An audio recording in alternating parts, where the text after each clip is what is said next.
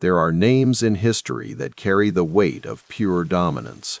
Figures whose hunger to win became so absolute it redefined what excellence could mean.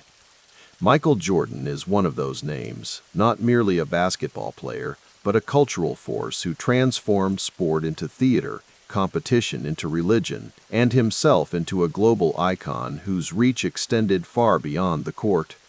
His story is one of relentless ambition, of a middle-class boy from North Carolina who weaponized rejection and turned every perceived slight into fuel for an engine that never stopped running. He won 6 championships, built a billion-dollar brand, and elevated the game of basketball into an art form watched by millions across the world.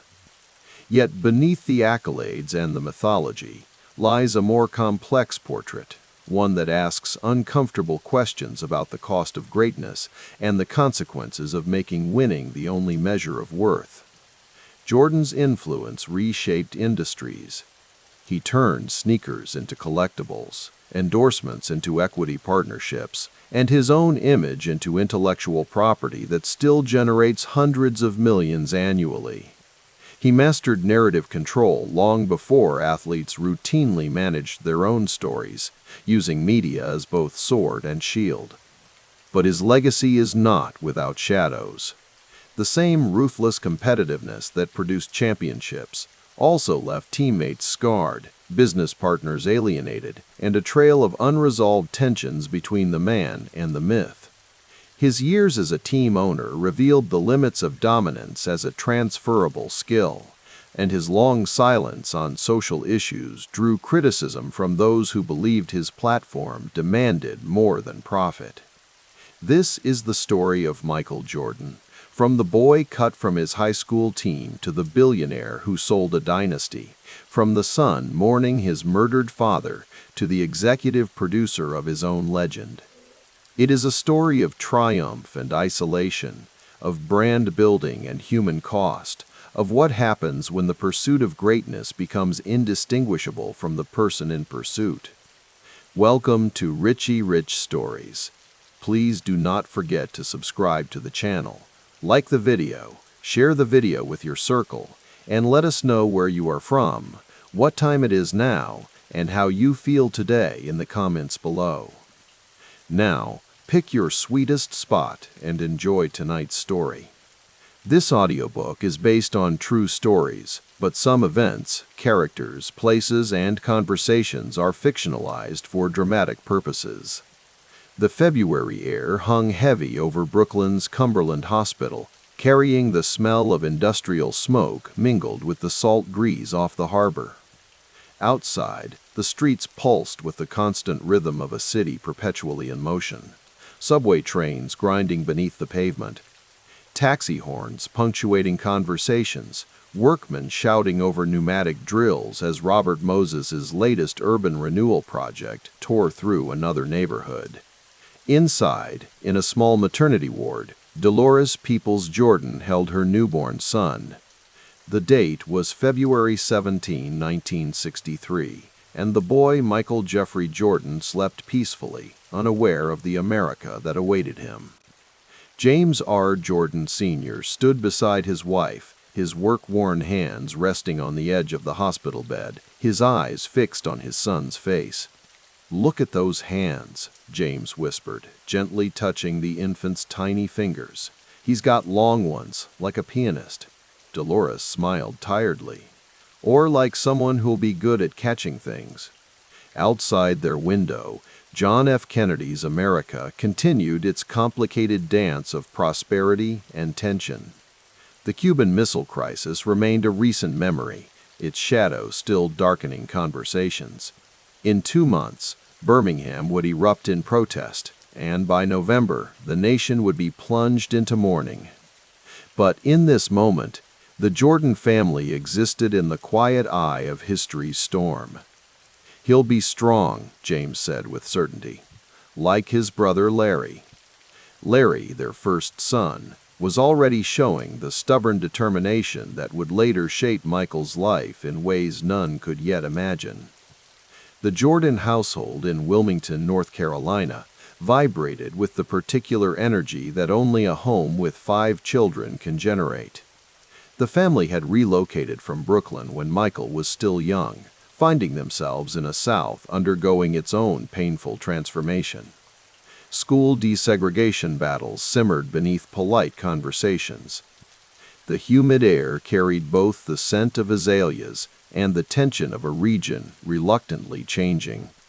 The modest 2-story house on Gordon Road provided the Jordan children, Larry, Dolores, Roslyn, Michael, and James Jr., with something essential: stability.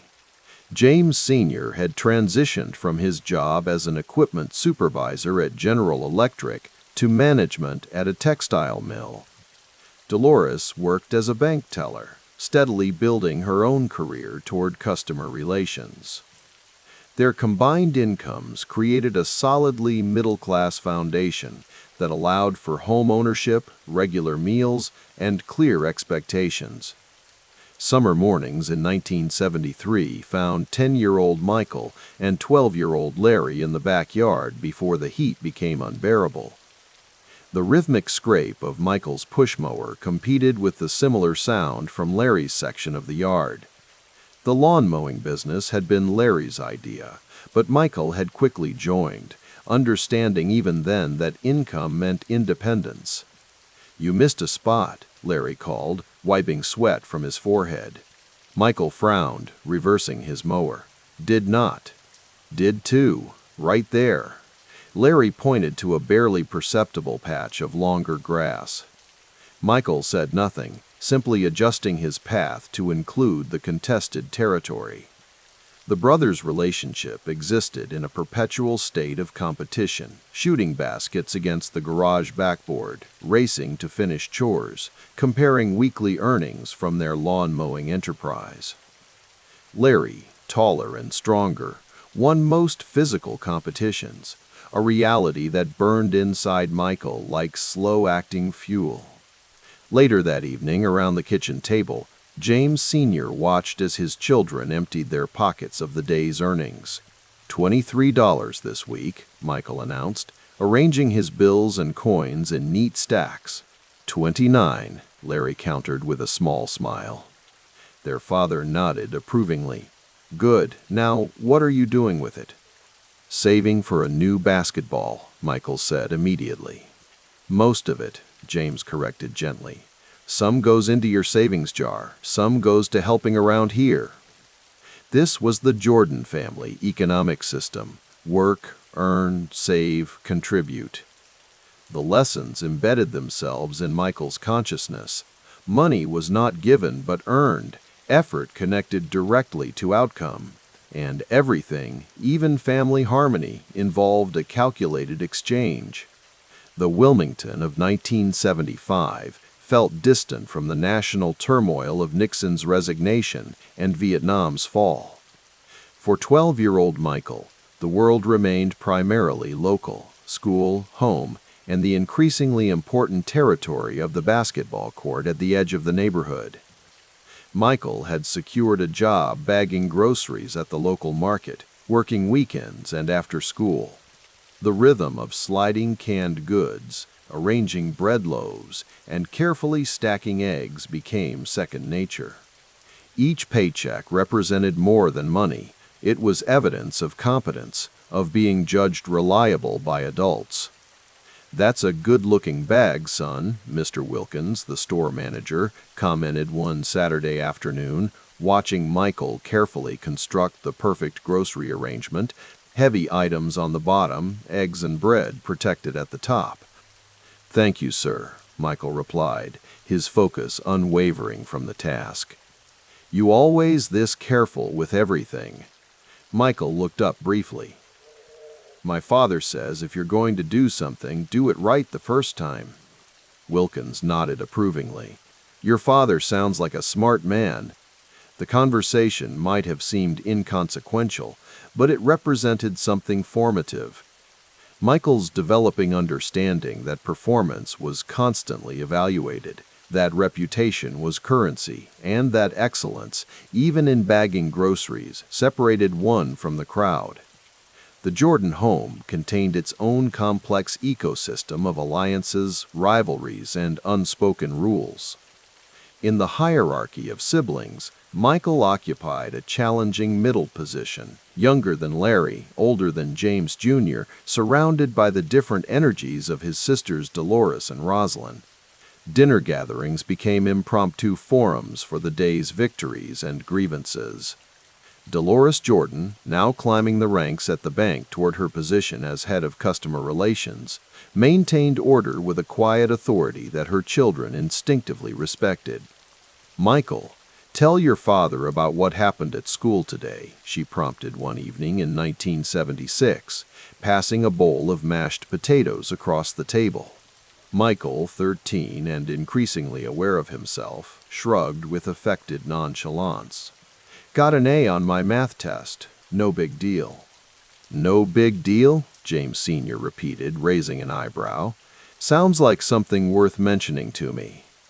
"Larry got an A- on his," Michael added, the competitive subtext unmistakable.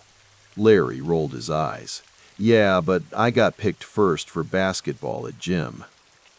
"Only because you're taller," Michael countered, the familiar heat rising in his voice.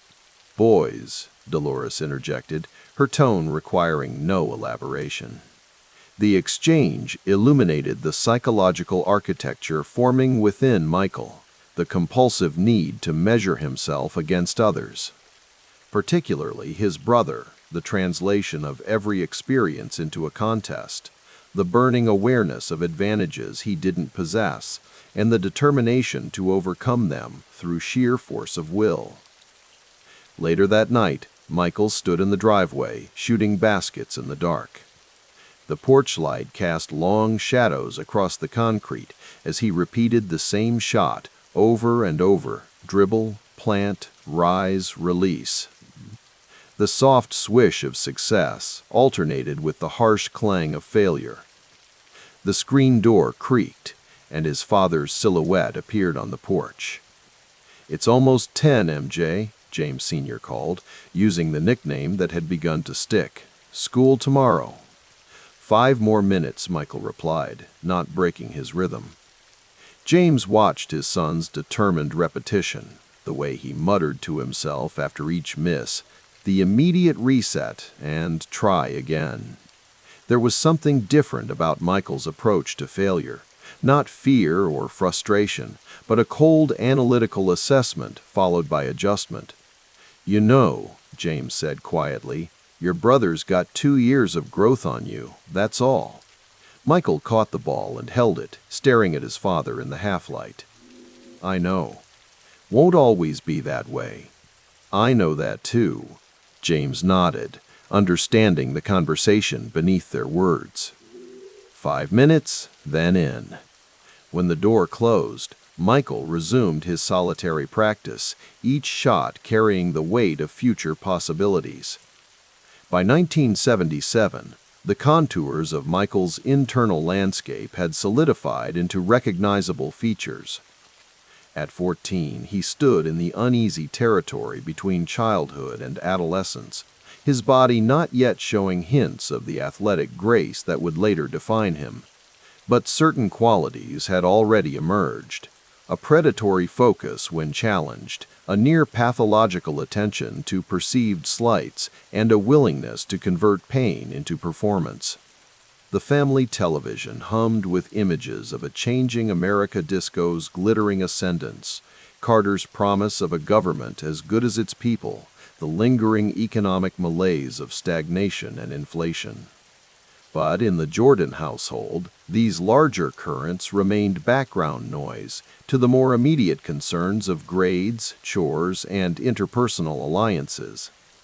One autumn afternoon, Michael and Larry found themselves locked in yet another backyard basketball duel, playing one-on-one with increasing intensity. Larry, still taller and stronger at 16, used his physical advantages mercilessly, backing Michael down toward the makeshift basket. "Too small, MJ," Larry taunted, scoring yet again. "Always gonna be too small." Michael said nothing, retrieving the ball with a tight expression. The score stood at 7-2 in Larry's favor, playing to 10. Each of Larry's baskets felt like a personal indictment. Their father watched from the kitchen window, observing the dynamic that had developed between his sons.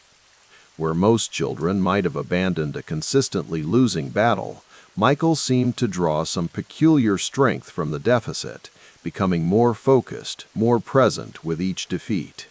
Larry scored again. 8-2, almost done. Something shifted in Michael's stance, a slight lowering of his center of gravity, a recalibration of his approach.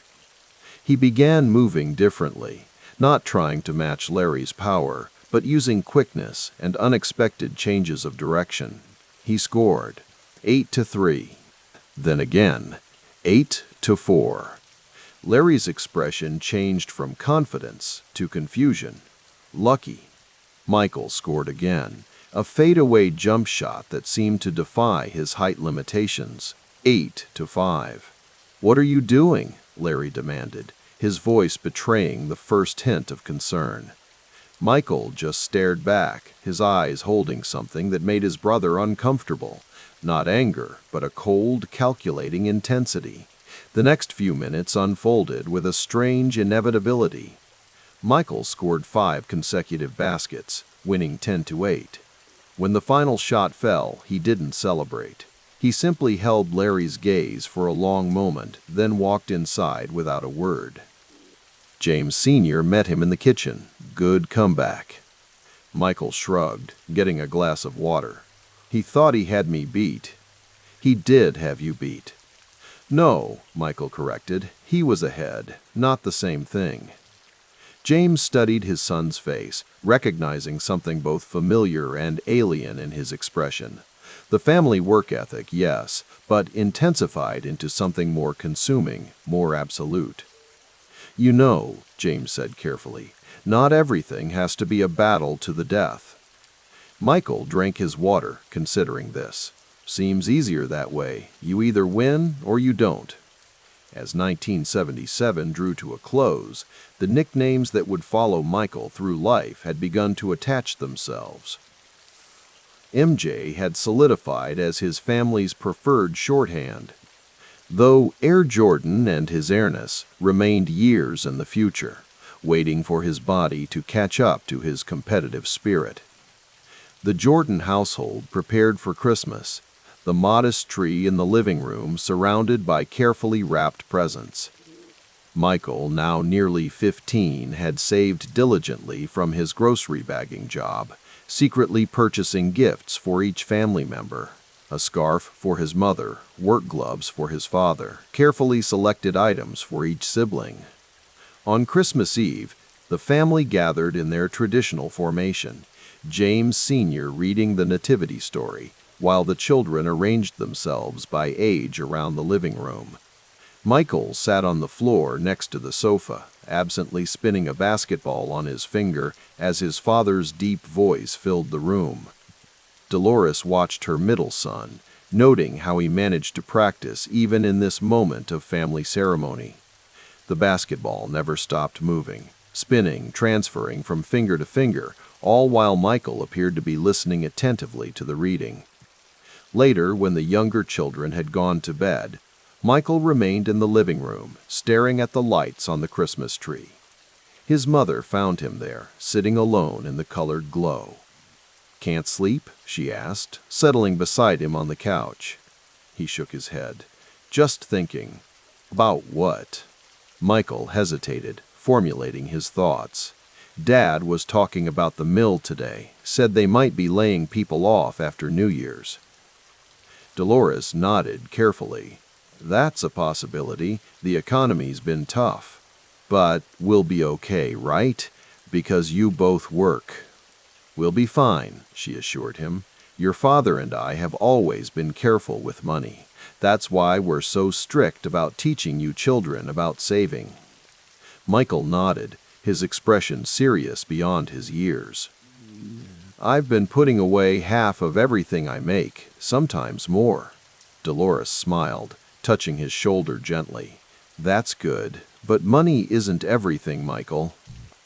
"I know," he replied automatically, though something in his tone suggested the concept remained abstract to him. In Michael's developing worldview, money had already become inextricably linked with more fundamental currencies: respect, security, freedom from constraint. "What do you want to be when you grow up?" Dolores asked, changing the subject. "Professional athlete," he answered without hesitation. "Basketball or baseball?" Dolores nodded, having heard this before. "That's a hard path. Not many make it." Michael's eyes narrowed slightly, recognizing the implicit challenge in her realistic assessment.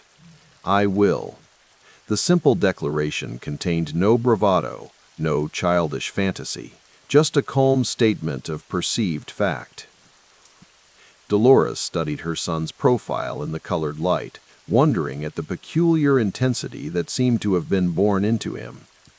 The competitive flame that neither she nor James had deliberately kindled, but which burned with such consistent heat. "I believe you'll succeed at whatever you set your mind to," she said carefully. "Just remember what makes a person truly rich." "What's that?" "The people who love them," she answered, "no matter if they win or lose."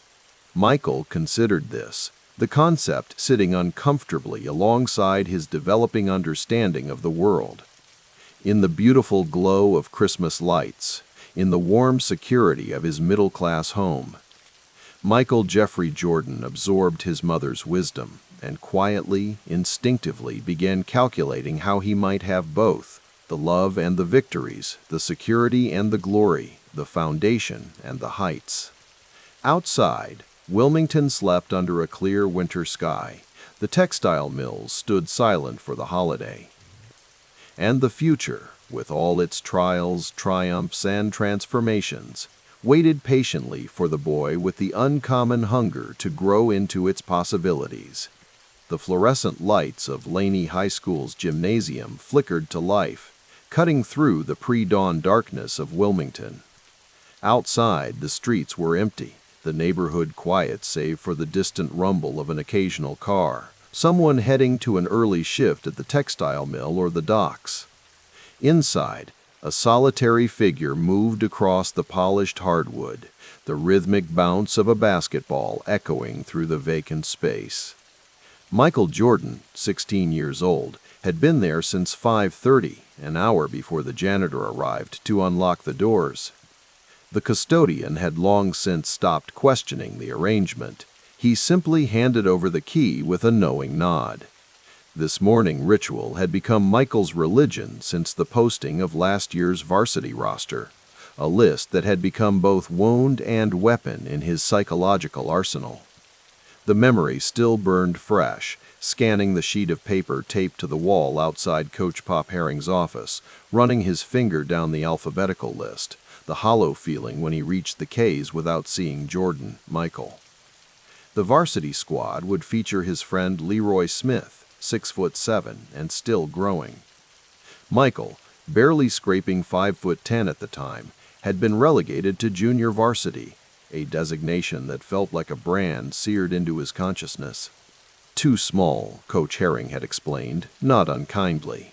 "Give yourself another year to develop." Reasonable words, logical words, words that should have provided comfort. Instead, they had crystallized into something harder, a nugget of humiliation that Michael had alchemized into pure drive. Each morning now followed the same pattern: 300 free throws. Lateral movement drills using chairs as defenders. Jumping exercises to add inches to his vertical leap. By the time his teammates arrived for morning practice, Michael would already be drenched in sweat, shirt clinging to his lanky frame, his breathing controlled but labored. "Boy trying to kill himself before the sun comes up," remarked assistant coach Ron Coley to Herring as they watched from the doorway. "Never seen anything like it." Herring nodded, clipboard pressed against his chest. "It's not natural, the way he's taken that cut. Most boys would have pouted, maybe quit. This one took it personally," Coley finished. The morning's solitary workout completed, Michael joined his JV teammates, moving through their drills with mechanical precision. But there was nothing mechanical about his intensity. Each drill was combat, each scrimmage a war. His competitiveness unnerved his teammates, transformed mundane passing exercises into contests of will. "Ease up, Mike," called out David Bridges during a defensive rotation drill. "We're on the same team, man." Michael didn't respond, just locked his eyes on his teammate with a focus that bordered on predatory. In his mind, there were no teammates, only obstacles between himself and vindication. The Jordan household sat in a middle-class section of Wilmington, a modest brick ranch house that James and Dolores had purchased after relocating from Brooklyn when Michael was a toddler. It was a home of structure and expectations, where James's factory supervisor discipline melded with Dolores's quiet insistence on excellence. At the dinner table that autumn evening in 1979, the family listened as their middle son recounted the day's basketball practice. Michael's older brother Larry, himself a solid athlete, observed the changing cadence in Michael's storytelling, how it had evolved from frustration at being cut to a calculated assessment of his progress. "Coach put me against the varsity forwards today," Michael said, reaching for a second helping of his mother's pot roast. "Said he wanted to see how I'd handle the pressure." "And?" James Jordan asked, not looking up from his plate. "Scored on them 8 straight possessions," Michael replied, the faintest hint of satisfaction in his voice. "They couldn't stay in front of me." Dolores exchanged a glance with James. They had watched their son retreat to the backyard court after the varsity cut, spending hours shooting in the darkness until they had to call him inside. The retelling of today's triumph was delivered not with boyish enthusiasm, but with the quiet certainty of someone checking items off a carefully constructed list. "That's good," James said simply. "But don't you have a history test tomorrow?" Michael nodded. "Already studied. Got my notes right here." He patted his back pocket where a folded sheet of paper contained his meticulous preparation. Later that night, his younger sister Rosalind peeked into Michael's room to find him sitting cross-legged on his bed, a basketball resting in his lap, eyes closed as if in meditation. "What are you doing?" she asked, leaning against the doorframe. Michael opened his eyes, the intensity in them softening slightly at the sight of his sister. "Visualizing," he said, "seeing myself making every move, every shot." "Does that really work?" Skepticism colored her voice. "It will," he replied, with such certainty that she didn't question further. Summer arrived in Wilmington with oppressive heat, the humid air hanging heavy over the coastal town. While other teenagers headed to the beaches or the mall, Michael divided his time between basketball leagues and baseball, a sport where his quickness and hand-eye coordination translated into a promising center fielder. The Wilmington Summer League became another proving ground. Playing against college players home for break, and local men still hanging on to their glory days, Michael had transformed physically, now nearly 6'3" and still growing, his frame beginning to fill out with muscle from the weight program he'd designed for himself. "That skinny kid's got something different about him," remarked a former college player to his teammate after Michael had slashed through their defense for the 5th consecutive possession. "It's like he's mad at the game itself." What they couldn't see was the running tally in Michael's head, every success and failure cataloged, every slight remembered. Each defender became Coach Herring. Each basket was another reason the varsity cut had been wrong. Each win was evidence for a case he was building against doubt itself. The summer heat shimmered off the asphalt as Michael walked home from the recreation center, the local radio station playing through his portable radio, the Clash giving way to Blondie as he turned down his street. News reports about gas shortages and the Iran hostage crisis filtered through between songs. the background noise of a nation in the midst of what President Carter had called a crisis of confidence. But confidence was the one commodity Michael Jordan had in abundance. His had been tested, wounded, but had emerged stronger through a rehabilitation program of his own devising. Coach Pop Herring studied the boy across his desk, noting the changes a year had wrought. The upcoming 1988-1 season would be Michael's junior year, and the transformation was undeniable. He'd grown at least 4 inches, his shoulders had broadened, and most importantly, his game had developed a sharpness that cut through defenses like they were theoretical concepts rather than physical barriers. "You know you'll be starting varsity this year," Herring said, making it a statement rather than a question. Michael nodded once, his face betraying nothing. "I need to know if you're going to be a team player, Michael. The intensity you bring. It's valuable, but only if it lifts your teammates rather than intimidating them." Michael leaned forward slightly. "I just want to win, Coach. Every drill, every practice, every game." Herring studied him. "That's not always how basketball works at this level. Sometimes—" "It's how it works for me," Michael interrupted, his voice quiet but firm. The coach sighed, recognizing both the gift and the challenge sitting before him. "We'll see. Tryouts start next week." As Michael stood to leave, Herring added, "By the way, there are some college scouts already asking about you. 1C, Duke. Word travels." If he expected excitement, he was disappointed. Michael simply nodded again, as if this information was merely confirmation of a timeline he had already mapped out. The North Carolina autumn painted Wilmington in hues of amber and crimson as Michael's junior season began. The varsity jersey now hung in his locker, no longer a dream but a stepping stone. His game had evolved beyond pure athleticism into something more calculating, a blend of explosive quickness and strategic thinking that made him dangerous from anywhere on the court. The transformation caught the attention of Dean Smith's assistant coaches at the University of North Carolina. They sat in the bleachers during Laney's home opener, watching as Michael systematically dismantled the opposing team's defense. "He plays like he's settling a personal score," one assistant murmured to the other. "Smith would love his defense, though," came the reply. "Kid plays both ends like his life depends on it." On the court, Michael had developed a sixth sense for the game's rhythm. He could feel defensive rotations before they happened, anticipate passing lanes as if he'd been shown the play in advance.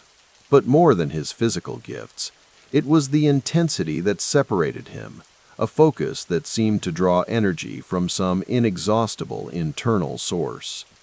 After the game, a 22-point victory in which Michael had scored 26 points and grabbed 12 rebounds, he sat alone in the locker room long after his teammates had departed. The memory of sophomore year's roster posting remained his touchstone. Not a wound anymore, but a fuel source he could tap whenever complacency threatened. The spring of 1981 brought with it Michael's final baseball season at Laney High. Though basketball had emerged as his dominant sport, baseball provided a different challenge, a game of patience and precise timing rather than explosive movement. "You could go either way, you know," said his baseball coach after watching Michael track down a deep fly ball that should have been uncatchable. "You've got the tools for both sports." Michael shook his head. "Basketball's taking me to college," he said simply. What he didn't articulate was how basketball had become more than a sport to him. It was the arena where his personal mythology was being written. The varsity cut had been chapter 1. His junior year dominance was the redemption arc. And now, college recruitment was the bridge to a future he envisioned with increasing clarity. UNC's interest had solidified into formal recruitment. Dean Smith himself had come to watch Michael play, impressed by the reports from his assistants. The structure and tradition of Chapel Hill's program appealed to Michael's disciplined nature. while the school's basketball pedigree promised the stage his ambitions required.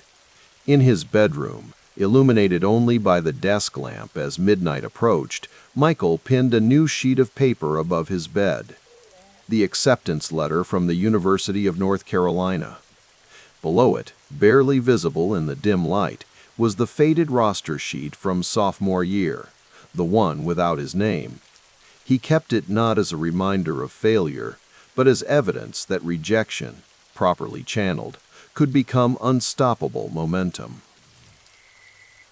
The radio played softly in the background, news about Reagan's first months in office giving way to music. Outside, Wilmington slept, unaware that in this ordinary bedroom, in this middle-class home, a force was being calibrated that would eventually transcend the game that had once denied him. Michael turned off the lamp and lay in darkness, running through tomorrow's workout in his mind, planning each drill, each shot, each movement. The varsity jersey was no longer enough. All-conference honors weren't the ceiling. The UNC acceptance wasn't the destination. In the quiet of that spring night in 1981, Michael Jordan wasn't dreaming of success. He was methodically planning for it, with the precision of someone who had learned that victory wasn't given or promised, but built from the raw materials of disappointment. The foundation had been laid at Laney High School on the morning a sophomore stood before a roster that didn't include his name, feeling something break and reform inside him, not as fragile hope, but as ironclad resolve. The moonlight cast a silver glow across the brick pathways of Chapel Hill, transforming the University of North Carolina campus into a chiaroscuro painting of shadow and light. Michael Jordan sat alone on the steps of the geography building, a textbook open on his lap, but his mind was elsewhere. He traced the path of a falling leaf with his eyes, calculating its trajectory the way he calculated everything now, with precision, with purpose. It was late autumn 1982, 9 months after the shot that changed everything. "You still out here, Mike?" The familiar voice belonged to Sam Perkins, his teammate and confidant. "Dean's gonna have your hide if you're tired at practice tomorrow." Michael closed the geography textbook. Just thinking. Sam settled beside him on the cold stone steps. "About Georgetown again?" A slight smile crossed Michael's face. "How'd you know?" "Because you get this look. Same one you had right before you took that shot." The shot. The moment replayed in Michael's mind for the 1,000th time. 17 seconds left on the clock. Down by 1 point, the weight of Carmichael Auditorium's collective breath held in suspension. Coach Smith's voice in the huddle. "Michael, if it comes to you, take it." The ball in his hands. The Georgetown defenders collapsing. Patrick Ewing, massive and intimidating, lurking near the basket. The perfect release point. The soft rotation of the ball. The swish of the net. North Carolina 63, Georgetown 62. "You know what Coach Smith told me yesterday," Michael said, his voice quiet against the rustle of dead leaves. He said, "Michael, what makes a player valuable isn't the ability to make a shot, but the willingness to take it when it matters." Sam nodded. "Sounds like Dean." "I've been thinking about that. The willingness." Michael stood, tucking the textbook under his arm. "You heading back to the dorm?" "In a bit. Got a paper due for American history." "Reagan's America," Michael said with a wry smile. "My mom's worried about the recession. Says unemployment's worse than it's been since the Depression." Yet here we are, Sam gestured to the pristine campus around them, in this bubble. "Not for long," Michael replied, his voice carrying a certainty beyond his years. Everything's changing. Dean Smith's office was a monument to methodical organization. Trophies lined the shelves, not in order of importance, but in chronological sequence. A timeline of accomplishments.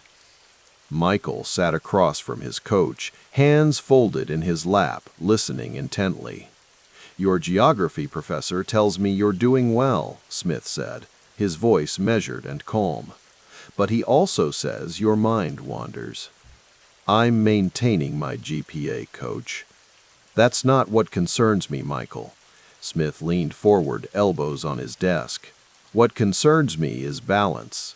Your jump shot is becoming more consistent. Your defense is improving. But basketball isn't everything." "With all due respect, sir, it's the most important thing to me right now."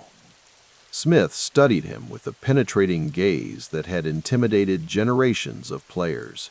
"The shot you made against Georgetown, that wasn't just skill." "No, sir. It was preparation meeting opportunity. And preparation isn't just physical, it's mental, it's emotional." Smith tapped his temple. "It's understanding that discipline creates freedom." Outside the window, students crossed the quad, bundled against the December chill. The first semester of Michael's sophomore year was drawing to a close, and with it came increased attention. Sports Illustrated had run a feature. Local television wanted interviews.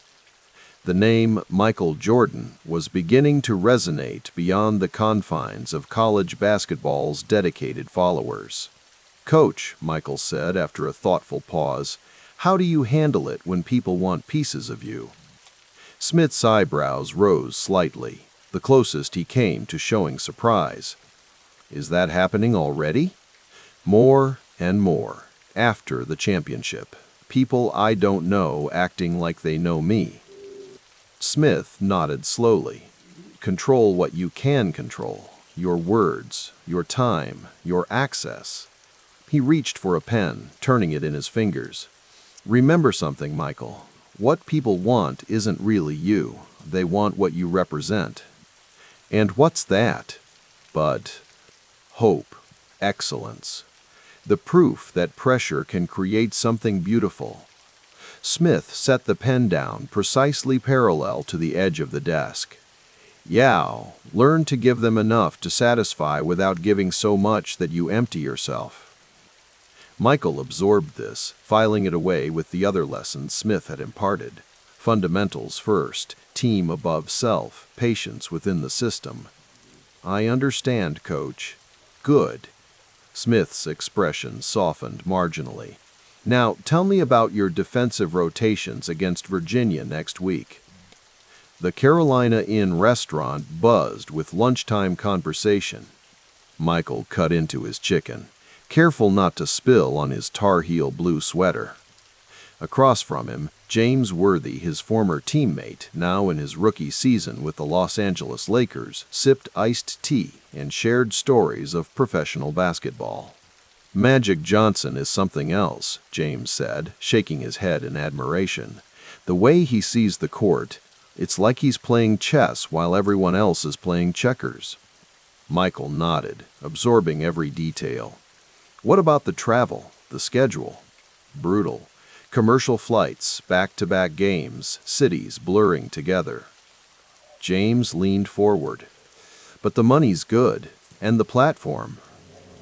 "Mike, you wouldn't believe what endorsements are starting to look like." A waiter approached, recognized the two basketball players, and hesitated momentarily before taking their orders for dessert. When he left, Michael noticed the slight change in James's demeanor. The awareness of being watched, being recognized. "How do you handle that?" Michael asked, gesturing subtly toward the retreating waiter. James shrugged. "You get used to it, or you don't, and you crack. The guys who last are the ones who figure out how to use the attention instead of letting it use them." Outside, a cold January rain fell steadily, dripping from the eaves of the historic inn. Students hurried past with backpacks held over their heads. The world was caught between Carter's malaise and Reagan's promised morning in America. Unemployment still high, interest rates punishing, but Wall Street beginning to stir with renewed confidence. "I watched your game against Maryland last week," James said, changing the subject. "You're playing different this year. Different how? More patient, more calculated. James studied his former teammate. The system's working for you now, not against you. Michael considered this. Coach Smith says every possession matters. That restraint isn't weakness, it's strategy. He's right. James glanced at his watch. I've got to head back to Charlotte for the flight. Lakers play the Celtics tomorrow night. As they stood to leave, a middle-aged man approached their table, pen and paper in hand. Mr. Worthy, Mr. Jordan, would you mind? My son's a huge fan. James signed with practiced ease. Michael followed suit, noticing how James maintained a warm but efficient interaction. Present but not fully available, generous but with invisible boundaries.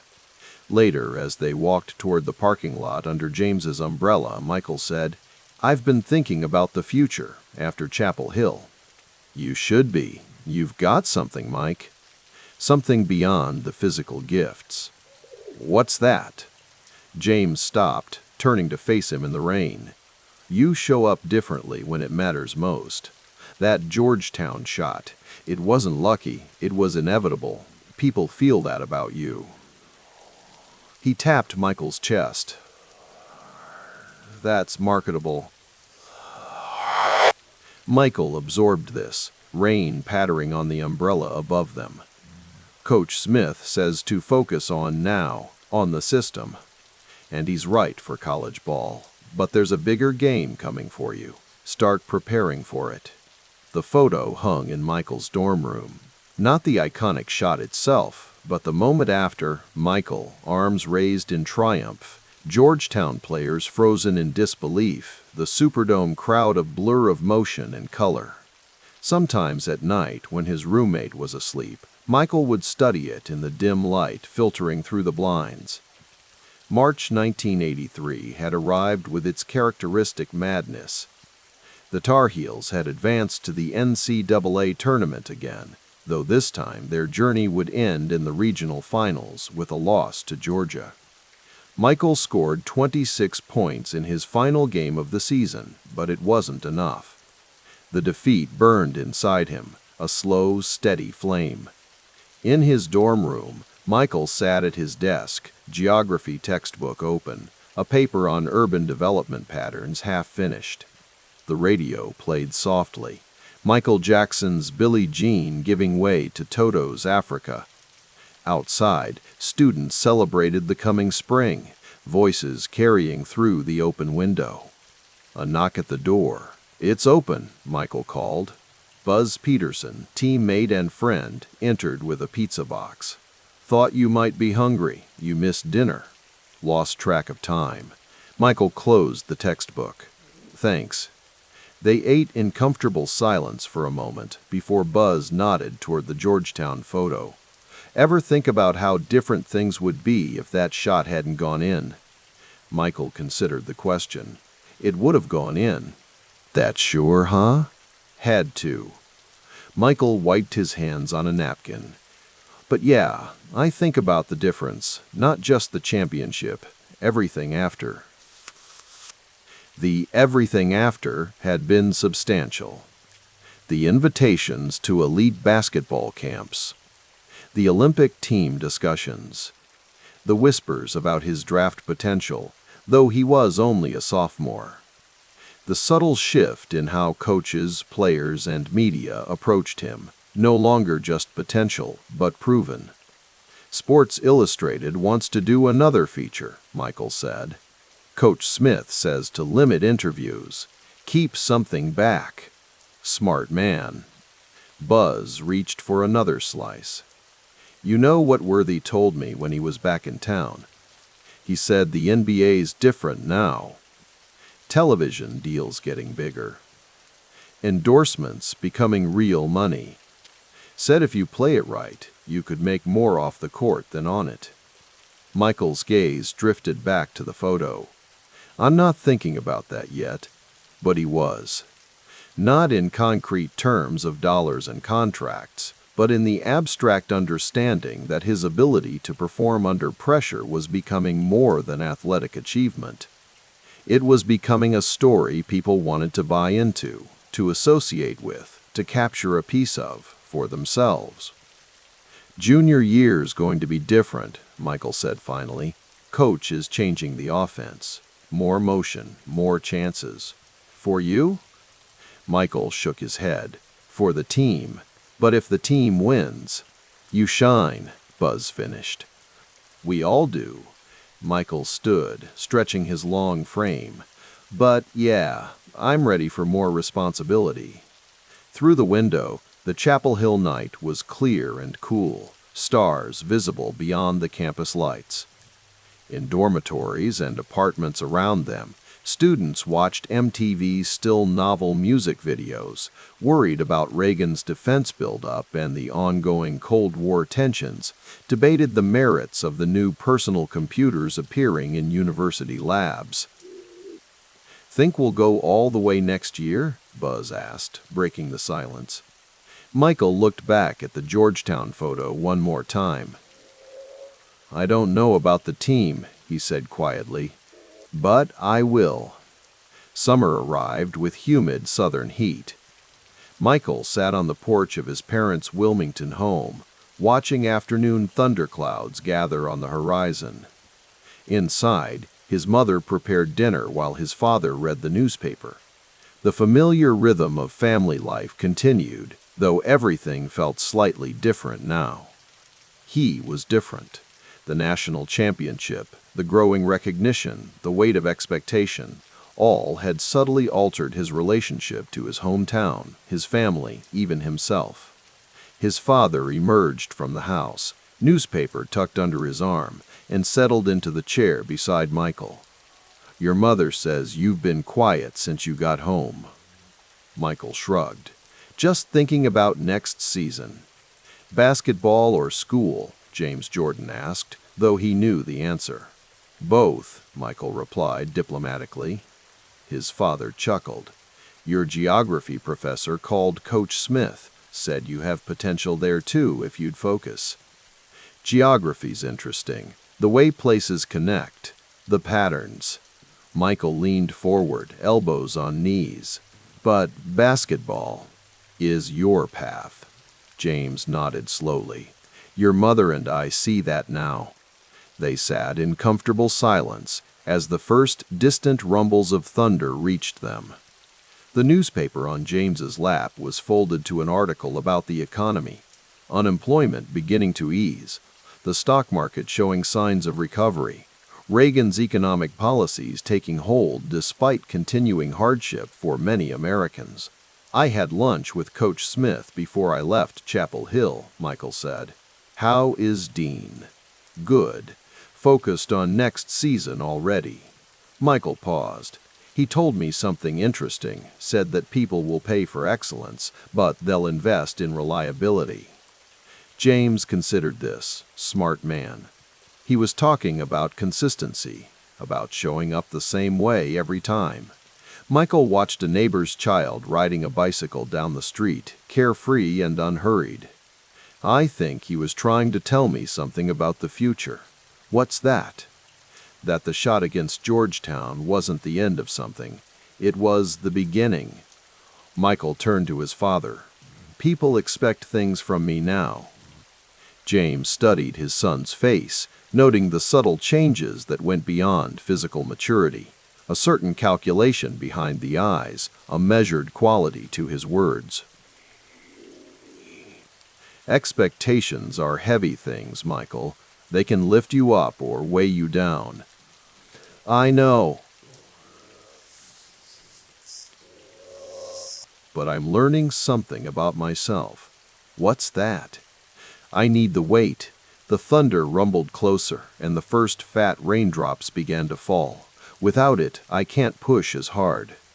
Inside, his mother called them for dinner. As they rose to go in, James placed a hand on his son's shoulder.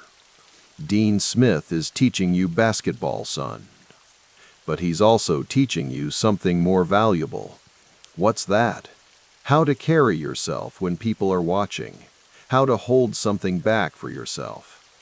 James squeezed Michael's shoulder. How to make them need what you have, not just want it. The rain began to fall in earnest as they stepped inside, where the familiar scents of his mother's cooking filled the air. For a moment, Michael was simply a son returning home, a student on summer break, a young man at the beginning of his journey.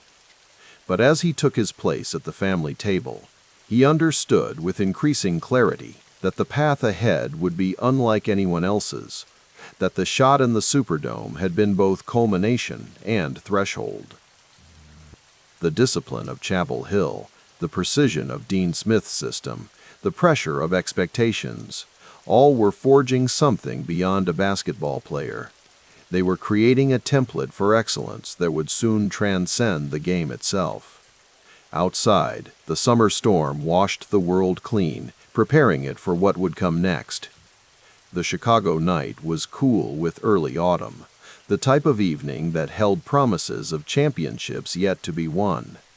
In his downtown hotel room, Michael Jordan stood by the window, 21 years old, and gazing at a skyline that would someday bear his imprint. The city lights reflected in the glass mingled with his own reflection, a lean silhouette still carrying the frame of a college athlete, not yet the muscled icon he would become. His fingers traced the edges of the contract papers on the desk behind him. 5 years, $6 million. The numbers seemed astronomical to a young man from Wilmington, North Carolina, yet somehow insufficient for what burned inside him. The Chicago Bulls had selected him third in the draft. After Houston took Hakeem Olajuwon and Portland chose Sam Bowie. Third. The number lingered in his consciousness like a splinter. "You should get some rest, Michael," said his father James, seated in an armchair by the television. The muted screen flickered with images of President Reagan's campaign. Morning in America, they called it. A new prosperity. Big day tomorrow. Michael nodded but remained standing. "Still can't believe Portland passed on me," he said quietly. His mother, Dolores, arranging his clothes for the morning press conference, paused. "God has a plan, Michael. Chicago is where you're meant to be." The family had gathered in Chicago for Michael's introduction to the Bulls organization.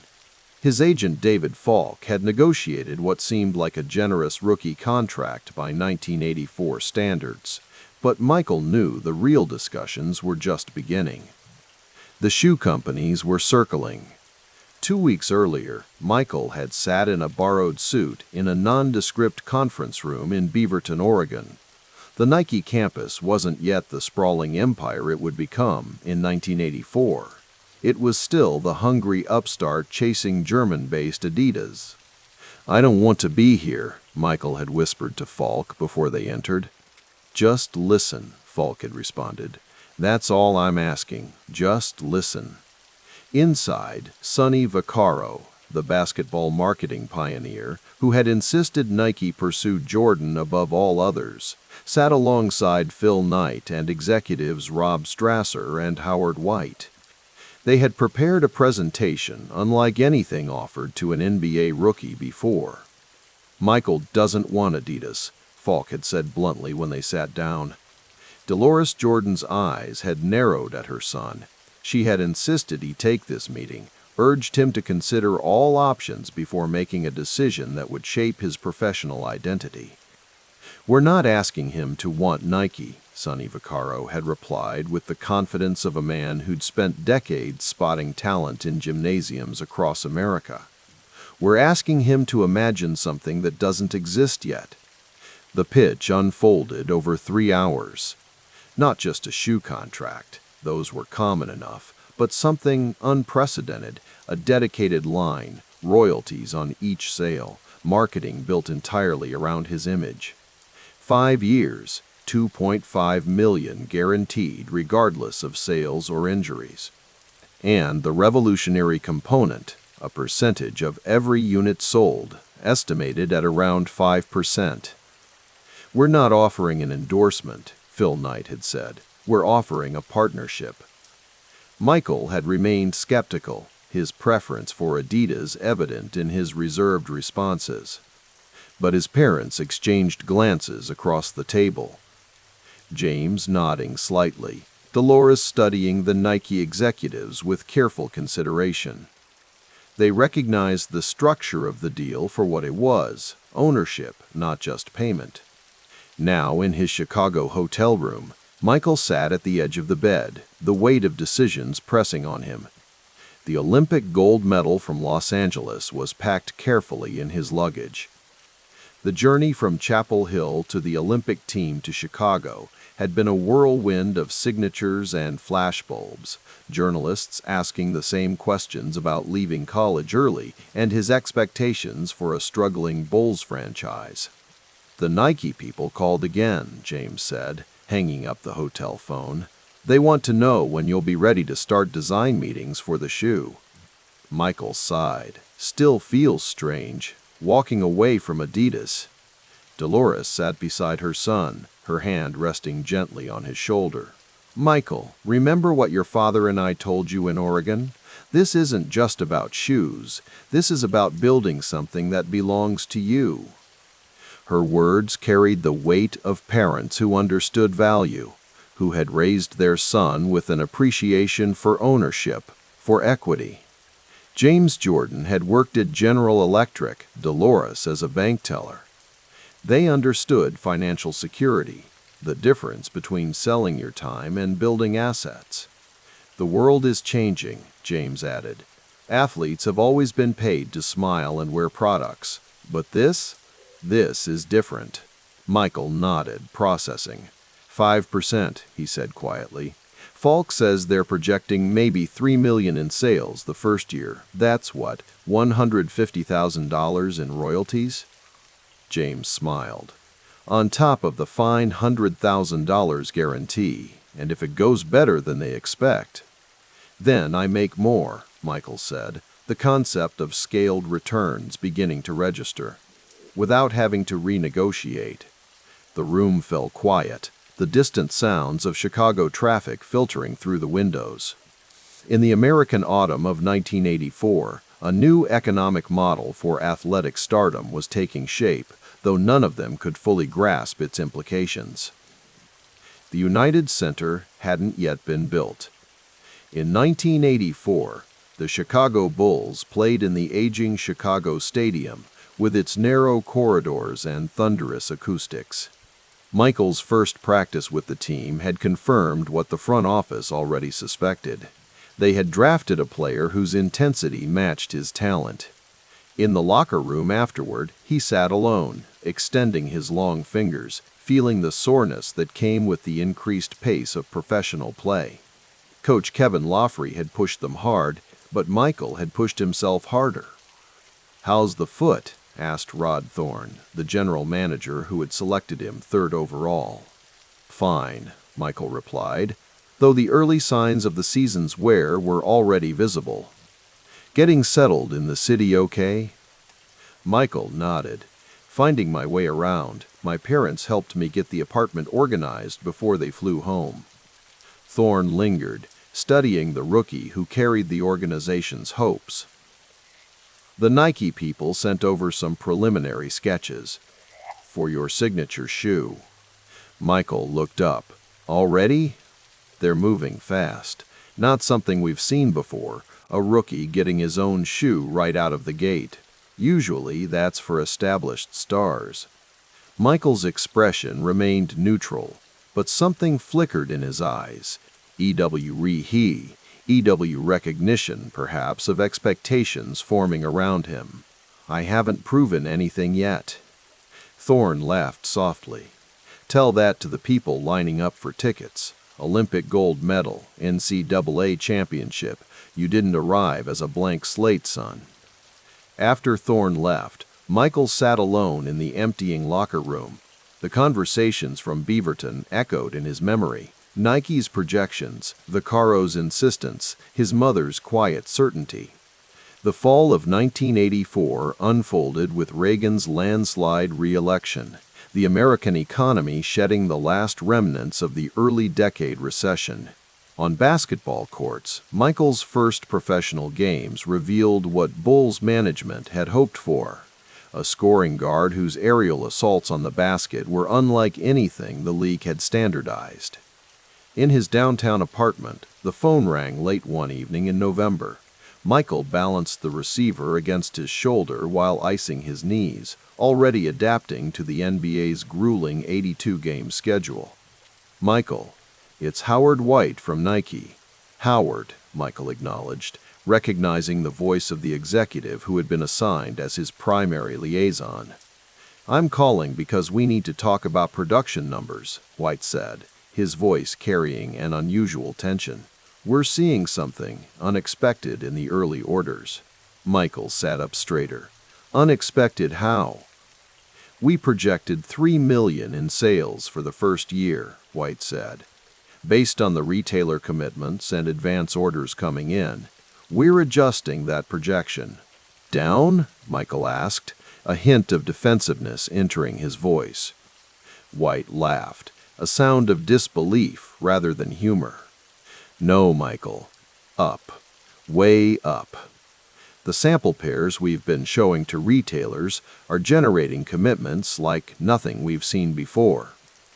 The design, the colors, breaking the conservative mold of basketball shoes, it's hitting something in the culture." Michael was silent, processing. "We're revising the first-year projection to somewhere north of $100 million, White continued. "Million?" Michael repeated, the word hollow in his mouth. "Million," White confirmed. "If the sell-through matches the orders, your royalty on that would be—" He paused, as if the number still seemed implausible. "Over $5 million, just from the shoe. In the first year." The line went quiet.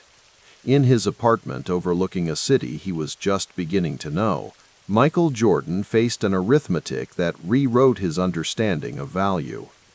His 5-year contract with the Bulls, the one that had seemed so substantial months earlier, would be dwarfed by his Nike earnings if these projections held.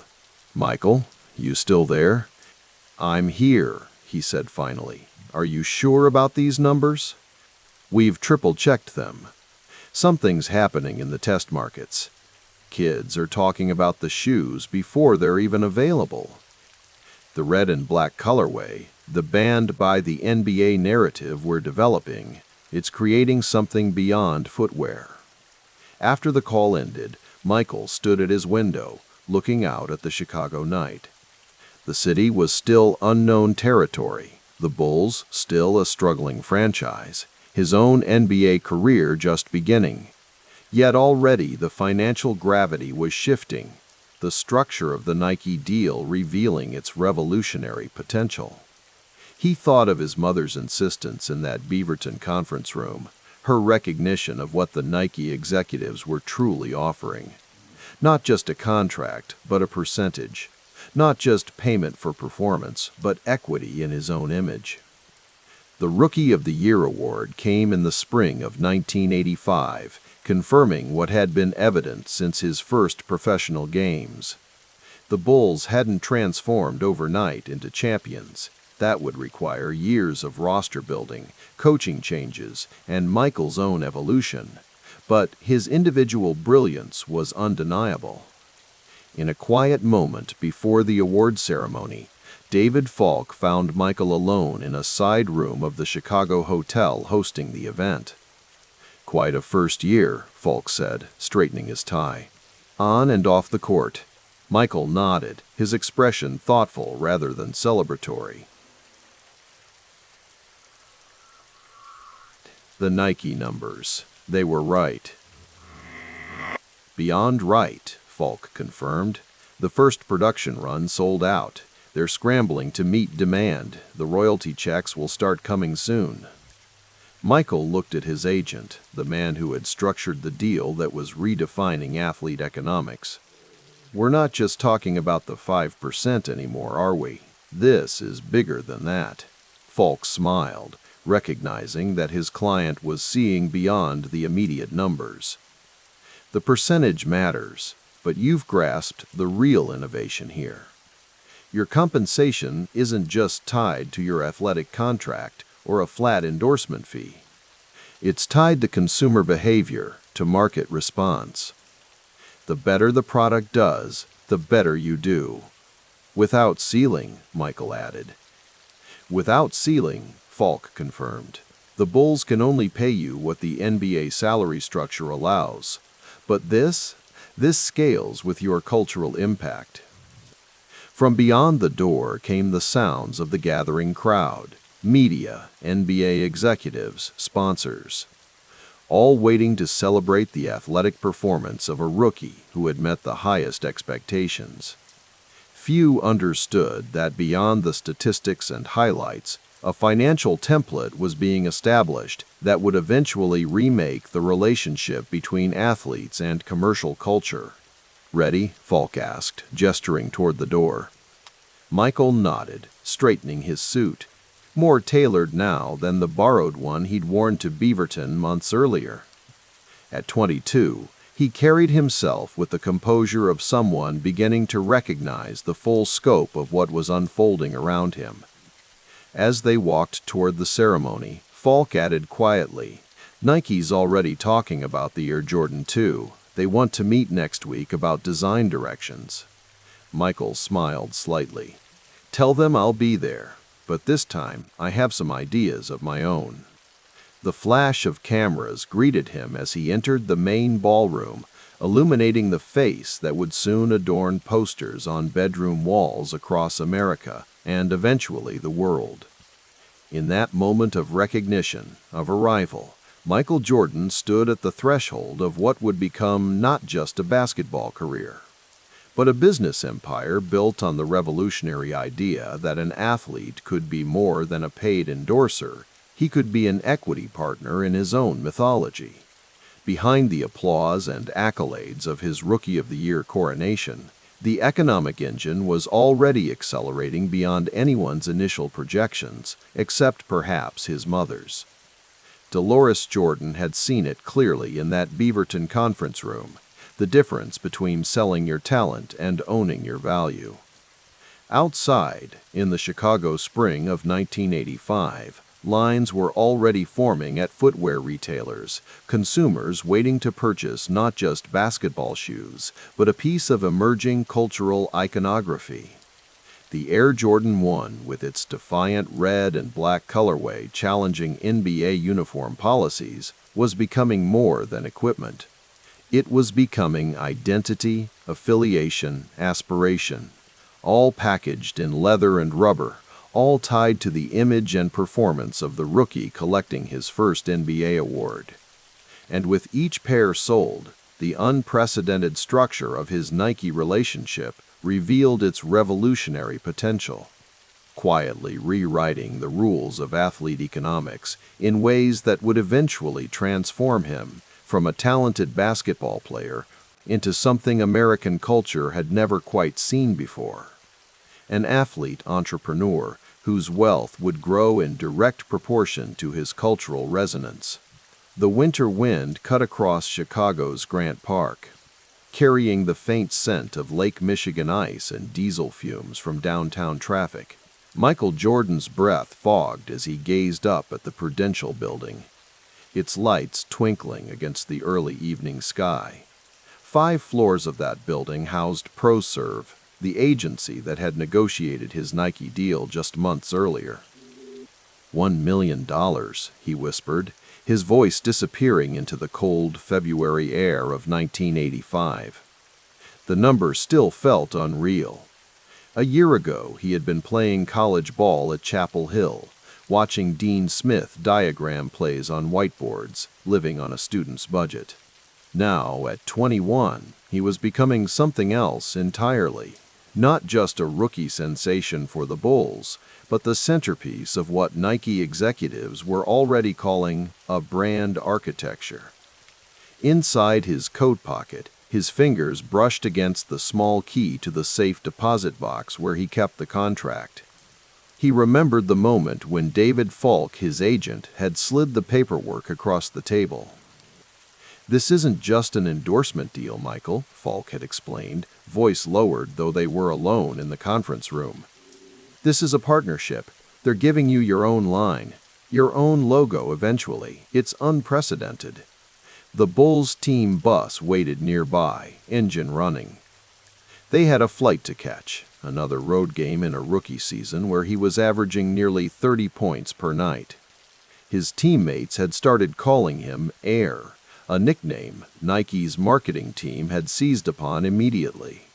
3 days later, Jordan sat in a creative meeting at Nike's temporary Chicago workspace.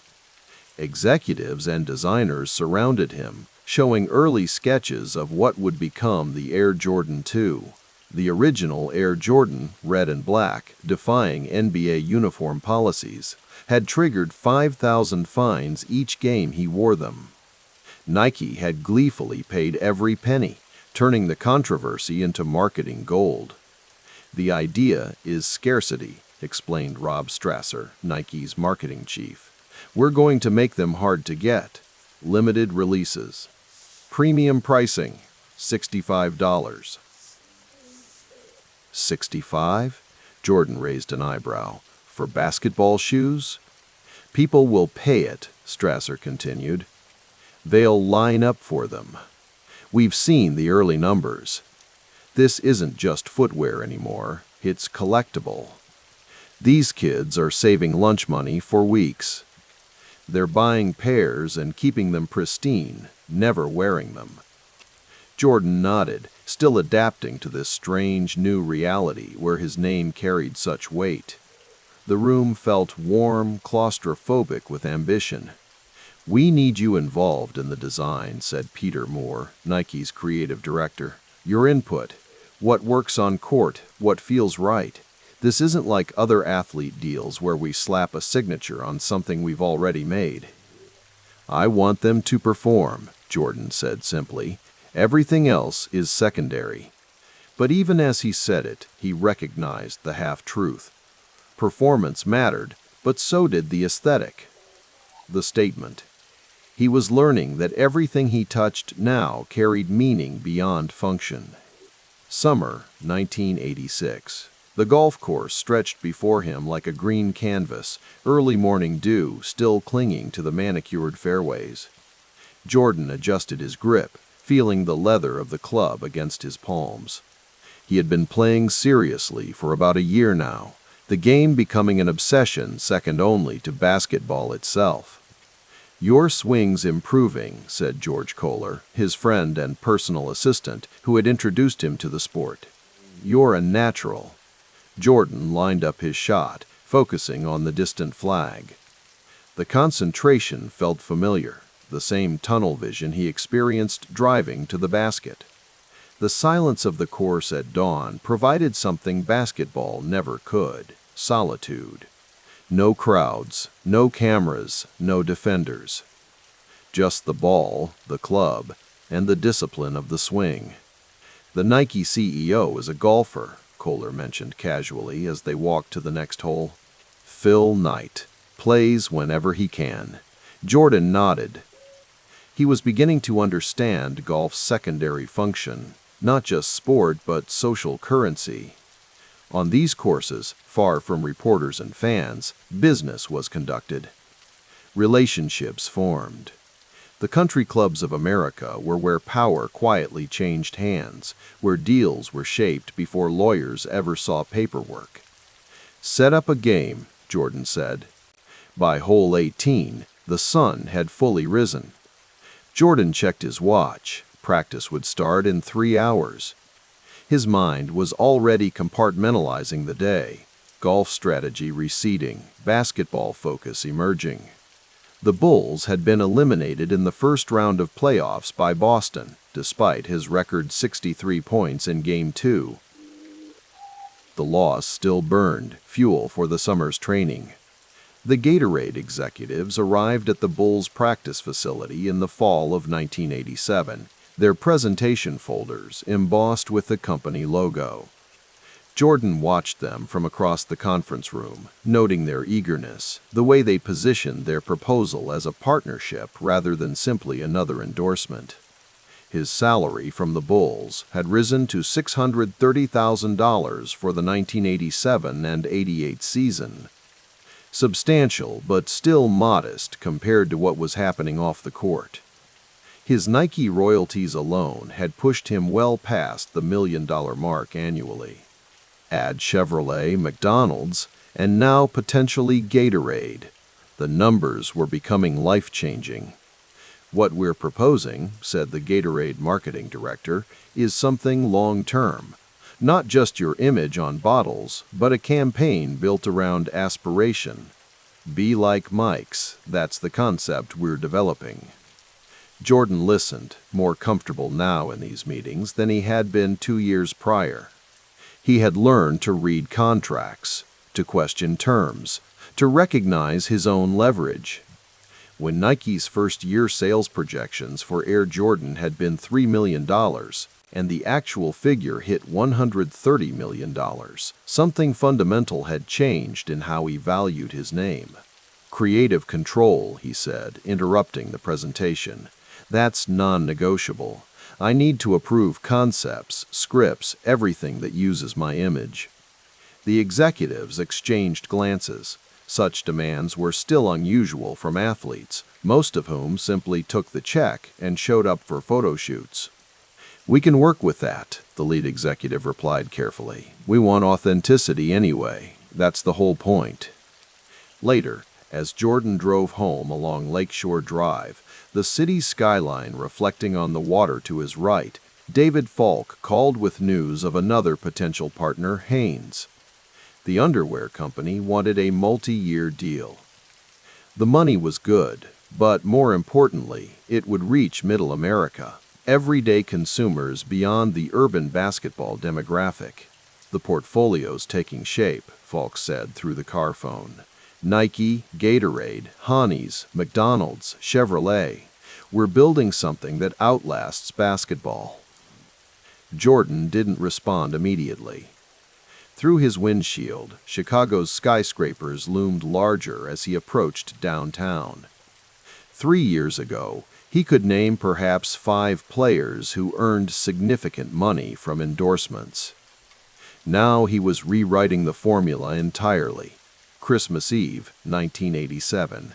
Snow fell in fat flakes outside the window of Jordan's North Side home. Inside, the fireplace crackled as he reviewed the quarterly statement his financial advisor had prepared. The figures had stopped surprising him, approaching $10 million in total income for the year, investments beginning to generate their own returns. A portfolio taking shape that included conservative bonds, stocks, and the beginnings of real estate holdings. He remembered his father's voice from a call earlier that week. "Don't get caught up in the lifestyle, son. That money needs to work for you, not just pay for things." James Jordan had always emphasized financial discipline, even when the family had lived comfortably but modestly in Wilmington, North Carolina. Michael had absorbed those lessons, despite the temptations that came with sudden wealth. The doorbell rang. His mother Dolores arrived, carrying dishes for tomorrow's dinner. She had flown in that morning, insisting on cooking despite his offers to hire a chef. "The place looks too empty," she said after greeting him, surveying the sparsely decorated living room. "You need to make it a home, not just somewhere you sleep." Jordan smiled. "I'm hardly here, Mom. Between games, practice, travel." "And golf," she added with a knowing look. "Your father says you call him after every round now." "It clears my head," Jordan replied. "Helps me focus." They moved to the kitchen, where Dolores began organizing her preparations for the holiday meal. Jordan watched her methodical approach, so similar to how he practiced free throws or studied game film. "How are you handling it all?" she asked quietly, not looking up from her work. "The attention, the expectations." Jordan considered the question. The Bulls were becoming his team in more than name. Doug Collins, the coach brought in last year, had restructured the offense around his abilities. teammates were finding their roles in relation to his gravity on the court. The responsibility weighed on him, but it also fed the competitive hunger that had defined him since childhood. "I'm learning," he said finally. "On the court, I know exactly who I am. Off the court, it's different terrain." His mother nodded, understanding the unspoken complexities. The wealth, the corporate relationships, the growing inability to move anonymously through the world, these were challenges no coach had prepared him for. Spring 1988, the upper deck executives had spread sample cards across the conference table at ProServe's office. Jordan examined them, noting the quality of the photography, the premium cardstock, the protective coating that differentiated them from traditional trading cards. "We're positioning these as collectibles, not just cards," explained the company's founder. "Higher price point, limited production runs, authentication measures to prevent counterfeiting." Jordan recognized the strategy immediately, the same premium approach Nike had used with his shoes. Create scarcity, elevate the product above competitors, cultivate collector behavior rather than casual consumption. "We want you as the centerpiece of the launch," the executive continued. "Exclusive rights to your image for basketball cards." Falk interjected. "The traditional card companies treat players as interchangeable. What Upper Deck is proposing aligns with our overall brand strategy, positioning you as the premium option in every category." Jordan nodded, understanding the ecosystem being built around his name. Each deal now connected to the others, creating a reinforcing architecture. Nike drove the aesthetic. Gatorade would capture performance and aspiration. Hanes would bring everyday relevance. And now, Upper Deck would add collectability and investment value. "One condition," Jordan said. "I want approval of the photos used. The image matters." After the meeting, Jordan and Falk walked to a nearby restaurant for lunch. Chicago's financial district bustled around them, men and women in suits hurrying through the late April chill. "The Bulls offered preliminary numbers for your contract extension," Falk mentioned as they waited for a table. "Not even close to market value. I recommend we push hard. You're outperforming every metric, and the team's valuation has doubled since you arrived." Jordan considered this. His basketball salary, while substantial, had become almost secondary to his endorsement income. Yet it remained symbolically important, a measure of how the sport itself valued his contribution. "What's the ceiling?" he asked. "For an NBA contract, $3 million annually would break new ground. But we can justify it. Television ratings when you play, merchandise sales, attendance figures, indices, they all support it." The restaurant host led them to a corner table, away from other diners. Jordan noticed the subtle adjustments people made in his presence now, the double takes, the whispered comments, the special treatment that came without request. "Push for it," he said after they ordered, "but keep the term reasonable. I want flexibility as the market grows." Late summer 1988. The Chicago Stadium stood empty, except for Jordan and the film crew setting up lights around the court. The Nike commercial shoot had been scheduled during the off-season, before training camp began. Jordan dribbled absently while the director consulted with his cinematographer about angles and lighting. These commercials had evolved from simple product announcements to mini-films with narrative arcs. This one would feature Jordan and Spike Lee's Mars Blackman character, continuing the partnership that had begun with the Air Jordan 3 campaign. "We're thinking about slowing down some of the dunks," the director explained, showing Jordan the storyboards. "Capture the hang time in a way that feels almost supernatural." Jordan nodded. The myth-making around his abilities no longer seemed strange. It had become part of the business. The line between Michael Jordan the person and Michael Jordan the product had blurred. Sometimes he navigated between them consciously. Other times the boundary disappeared entirely. "I have some thoughts on the script," he said, pulling out the marked-up pages he'd reviewed the night before. "Some of these lines don't feel right for me." The director looked surprised but nodded. "Of course, whatever makes you comfortable." This insistence on creative input had become standard for Jordan. 3 years into his professional career, he had learned that authenticity, or at least the appearance of it, was the most valuable currency in his growing empire. Fans could sense when an endorsement was merely transactional versus when it represented something genuine. Between takes, Jordan checked his watch. He had a golf game scheduled with a potential business partner that afternoon, the CEO of a Chicago-based corporation interested in a licensing arrangement. The course had become his conference room, the place where relationships formed beyond the constraints of formal meetings. As the crew reset for another shot, Jordan's mind drifted to the upcoming season. The Bulls had reached the conference semifinals last year before falling to the Pistons. The team was improving around him, with Scottie Pippen and Horace Grant developing into solid contributors. His own game had reached new heights: Defensive Player of the Year, Scoring Champion, MVP. The accolades fed the brand, which in turn created expectations for further greatness. The cycle had become self-perpetuating, almost machine-like in its efficiency. Performance created market value, which funded resources that improved performance. The young man from North Carolina, who had once been cut from his high school team, had engineered a system that converted athletic achievement directly into wealth and influence at a scale basketball had never seen. "We're ready for you, Michael," the director called. Jordan handed his warm-up jacket to an assistant and walked to his mark on the court. Cameras rolled, lights intensified. He inhaled deeply, centering himself in the moment.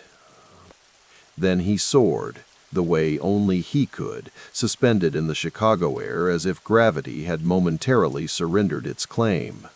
A man ascending not just toward the basket, but toward a financial stratosphere athletes before him could scarcely imagine. The arena fell silent.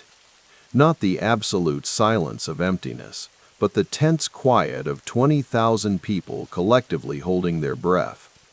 Michael Jordan stood at the free throw line, sweat beading across his forehead under the harsh overhead lights of Chicago Stadium. The familiar weight of exhaustion pulled at his muscles after 4 grueling quarters against the Detroit Pistons. This was January 1990, and the Bulls were again facing their nemesis, the defending champions who had eliminated Chicago from the playoffs in both 1988 and 1989.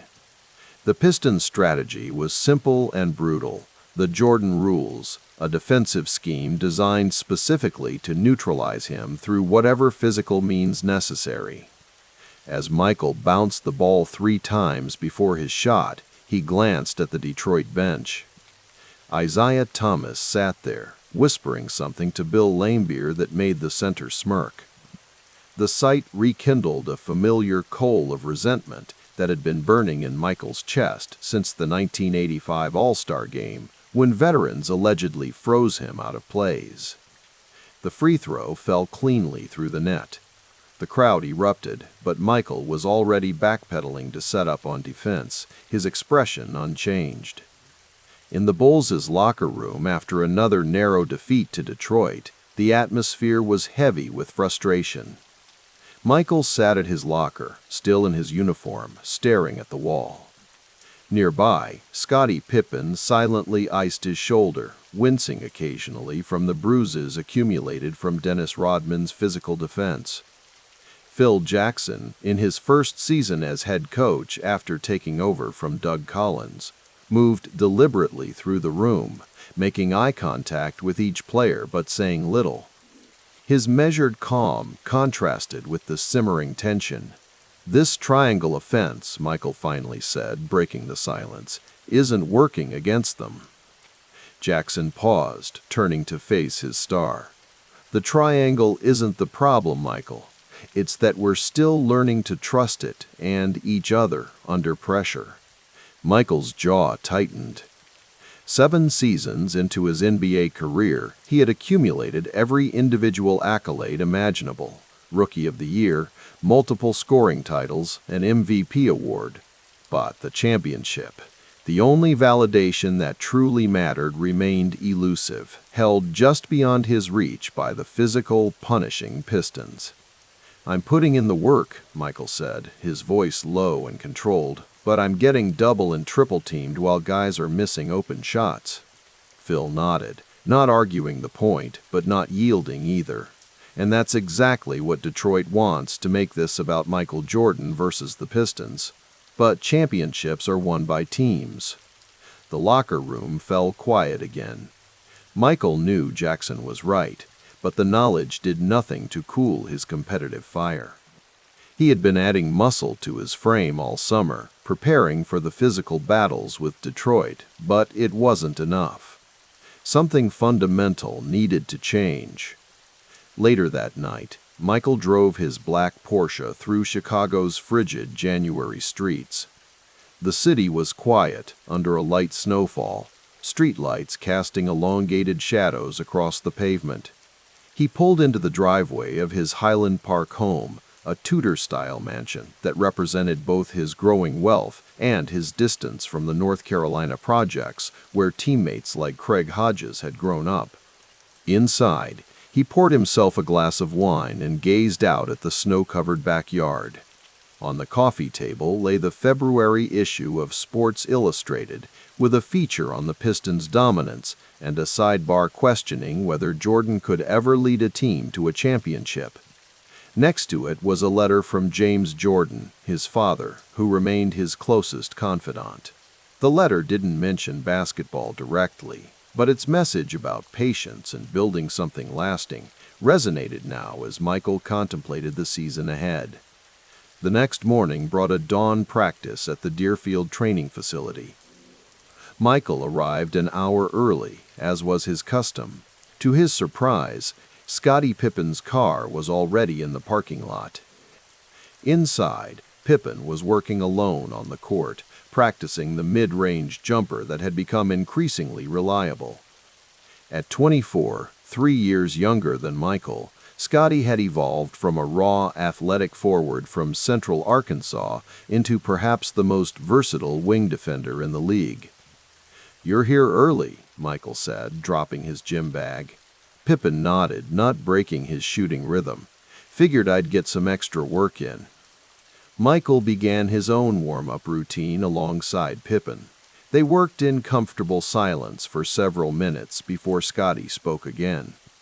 "Those Detroit guys," he said, "they're in our heads." Michael stopped dribbling and looked at his teammate. There was no defensiveness in Pippen's statement, just a clear-eyed assessment of their situation.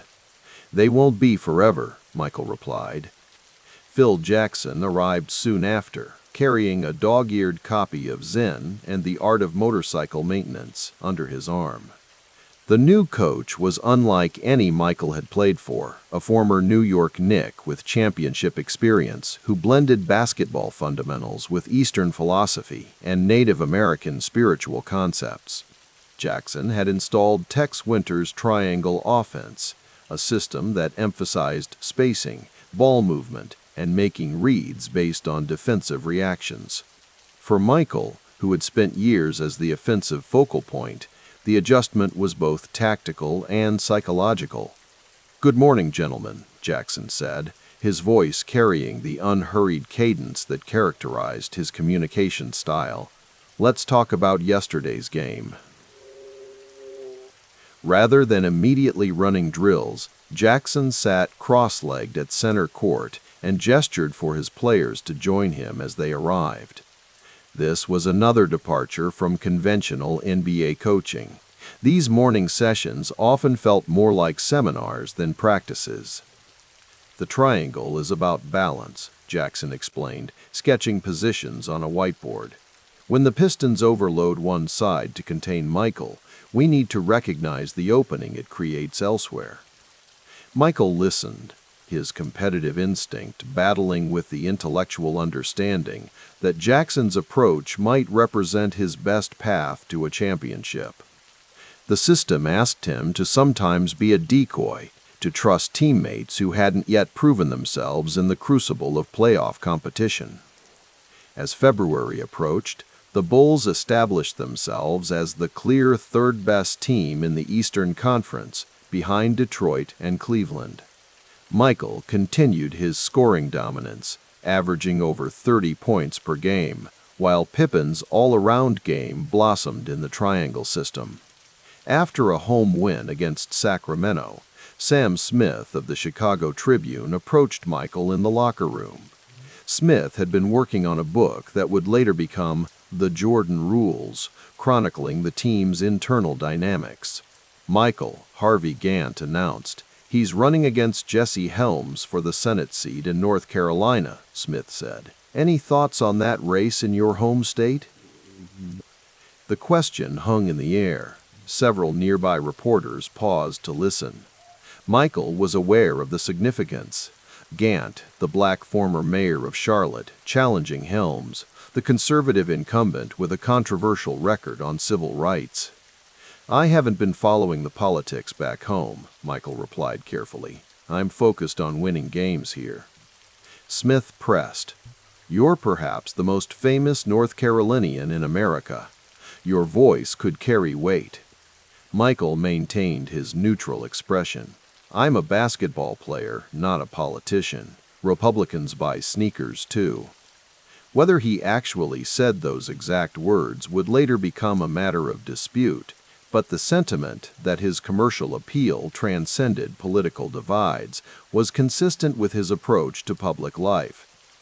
While other athletes like Craig Hodges advocated for political causes, Michael had built a carefully apolitical public persona that maximized his marketability. As the team plane took off for Detroit in March, Michael gazed out the window at Chicago receding below. The Bulls had won 5 straight games, and Jackson's system was showing signs of taking hold. Horace Grant had become more assertive on the offensive boards. John Paxson was hitting open jumpers when defenses collapsed on Michael, and B.J. Armstrong provided scoring punch off the bench. But the real test awaited at the Palace of Auburn Hills, the Pistons' new arena that had replaced the cavernous Pontiac Silverdome. Detroit remained the measuring stick. In the visiting locker room before tip-off, Phil Jackson distributed copies of a news article about the fall of the Berlin Wall from the previous November. Several players exchanged confused glances. "The world is changing," Jackson explained. "Systems that seemed permanent are proving vulnerable. Remember that when you face the Pistons tonight." The metaphor might have seemed strained coming from another coach, but Jackson's unconventional methods had earned the team's attention, if not always their full comprehension. The game that followed was a physical battle that embodied the rivalry's intensity. Joe Dumars shadowed Michael's every move, while Rodman, Laimbeer, and the rest of the bad boys executed the Jordan rules with practiced precision. Every drive to the basket met multiple defenders. Every screen was met with a hard bump. Every landing space was contested. By the fourth quarter, both teams were in the bonus, turning the game into a parade of free throws. With the Bulls trailing by 4 points and less than a minute remaining, Michael found himself with the ball at the top of the key, facing Detroit's set defense. In previous seasons, or even earlier this year, he might have forced a drive or pulled up for a contested jumper. Instead, he noticed the subtle shift in the defense as 3 Pistons leaned his way, creating a momentary advantage elsewhere. Michael swung the ball to Paxson on the wing, who immediately passed to an open Pippen cutting to the basket. Scotty's dunk cut the lead to 2. The Bulls' bench erupted, and Phil Jackson nodded in approval. Though Chicago would ultimately lose the game in the final seconds, something had changed. On the quiet flight home, Michael reviewed game film on a portable device, studying not just his own performance, but the team's execution of the triangle offense against playoff-level defense. As winter gave way to spring, Michael's private training regimen intensified. He worked with his personal trainer on adding functional strength without sacrificing quickness, the physical tools needed to withstand Detroit's punishment. In his Highland Park home gym, where few teammates had been invited, he methodically moved through exercises designed to strengthen his core and upper body. A framed photo of the Pistons celebrating after eliminating the Bulls in the 1989 Eastern Conference Finals hung on the wall, not as decor but as motivation. His focus was interrupted by a phone call from his agent, David Falk, with an update on his growing portfolio of endorsements. Beyond his groundbreaking Nike deal, Michael had become the face of Gatorade, Hanes, and McDonald's, among others. These partnerships, structured with equity components rather than just flat fees, were building a fortune that transcended his NBA salary. The new Gatorade campaign is testing off the charts, Falk reported. They want to expand the rollout for the summer. Michael listened, asking occasional questions about contract terms and marketing commitments. The business side of his life operated with the same strategic precision as his on-court game, guided by the philosophy his parents had instilled: build lasting value, not just immediate returns. As the regular season wound down, the Bulls secured the second seed in the Eastern Conference, setting up a potential conference finals matchup with Detroit if both teams advanced. Chicago would finish with 55 wins, a marked improvement from the previous year, and an indication that Jackson's system was taking hold. In the Bulls' final practice before the playoffs, Phil Jackson gathered the team at center court of the Deerfield facility.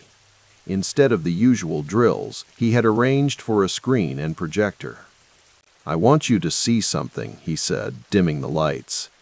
The footage showed Detroit's championship celebration from the previous June.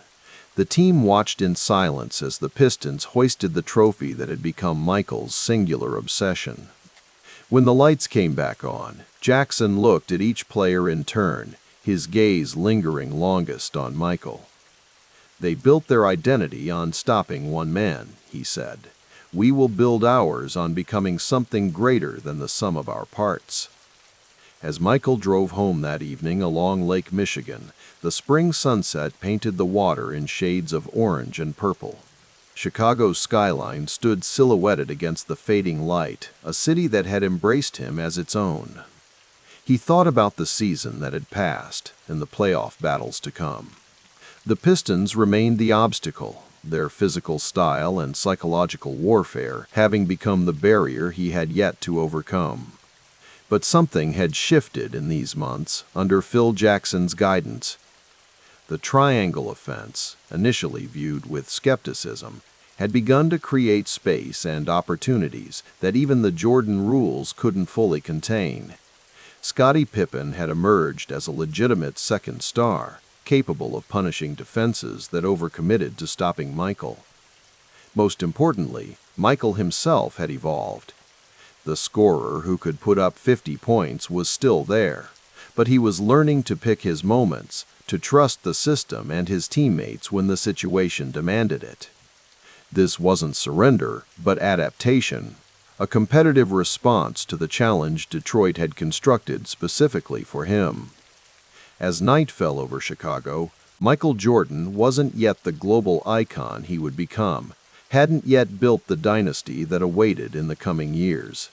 He was simply a supremely gifted athlete at the crossroads of his career, having learned that his path to greatness might require redefining what greatness meant.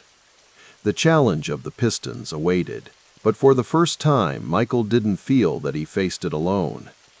The air hung thick with cigar smoke in the private back room of the Chicago steakhouse, curling up toward the ceiling in slow, lazy spirals. Michael Jordan leaned back in his leather chair, eyes half-lidded, watching the faces of the men around the table as they studied their cards. The stakes weren't exceptionally high tonight, not like some games he'd played, but winning still mattered. Winning always mattered.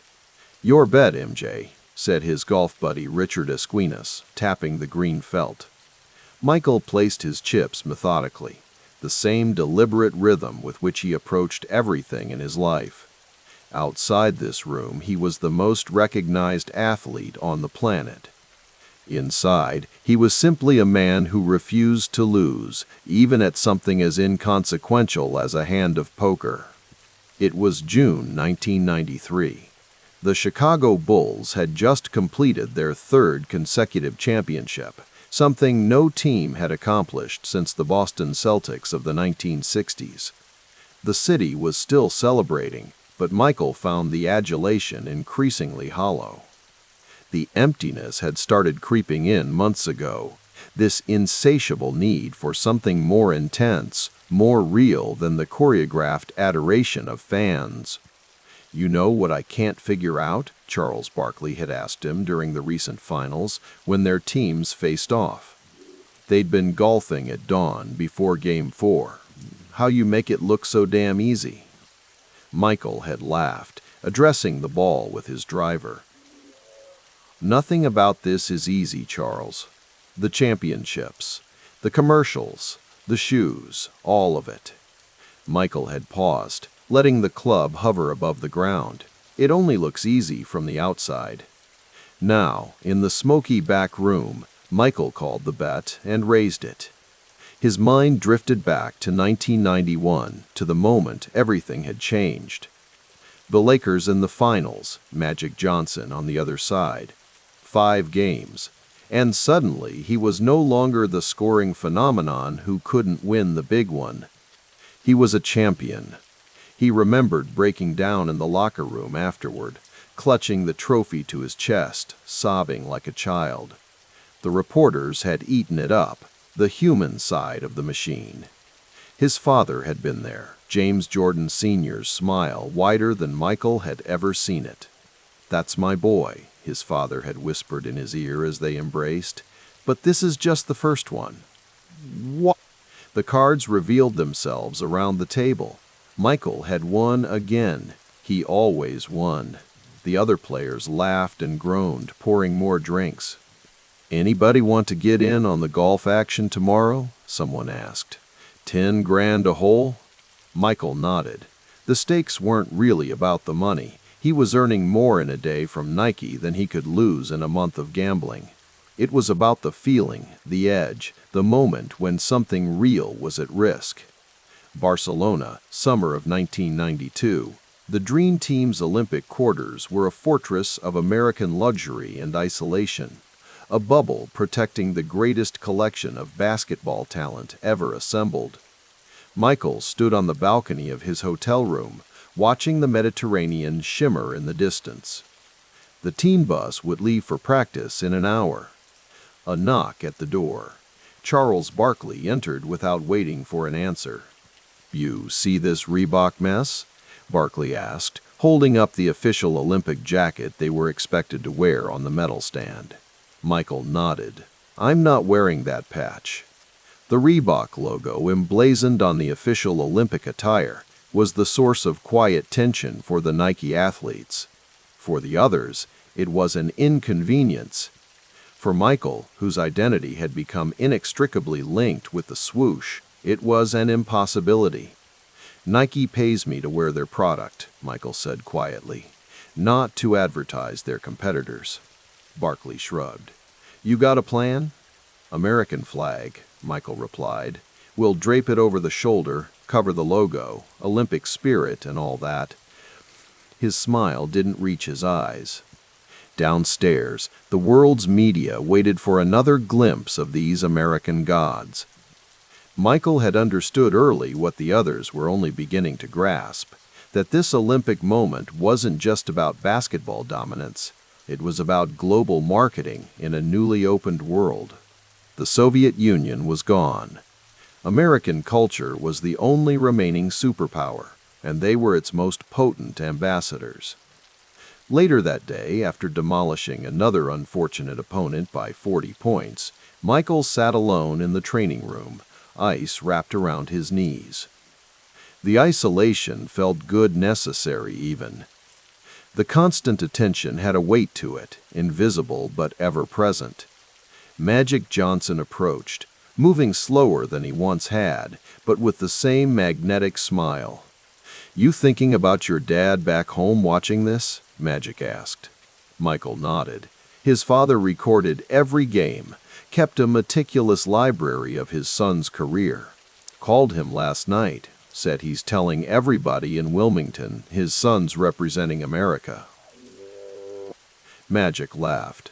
"My pops is doing the same thing in Lansing."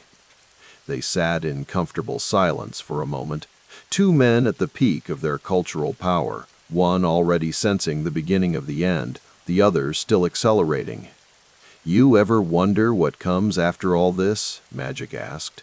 Michael looked at him for a long moment. "No," he said finally, "I don't."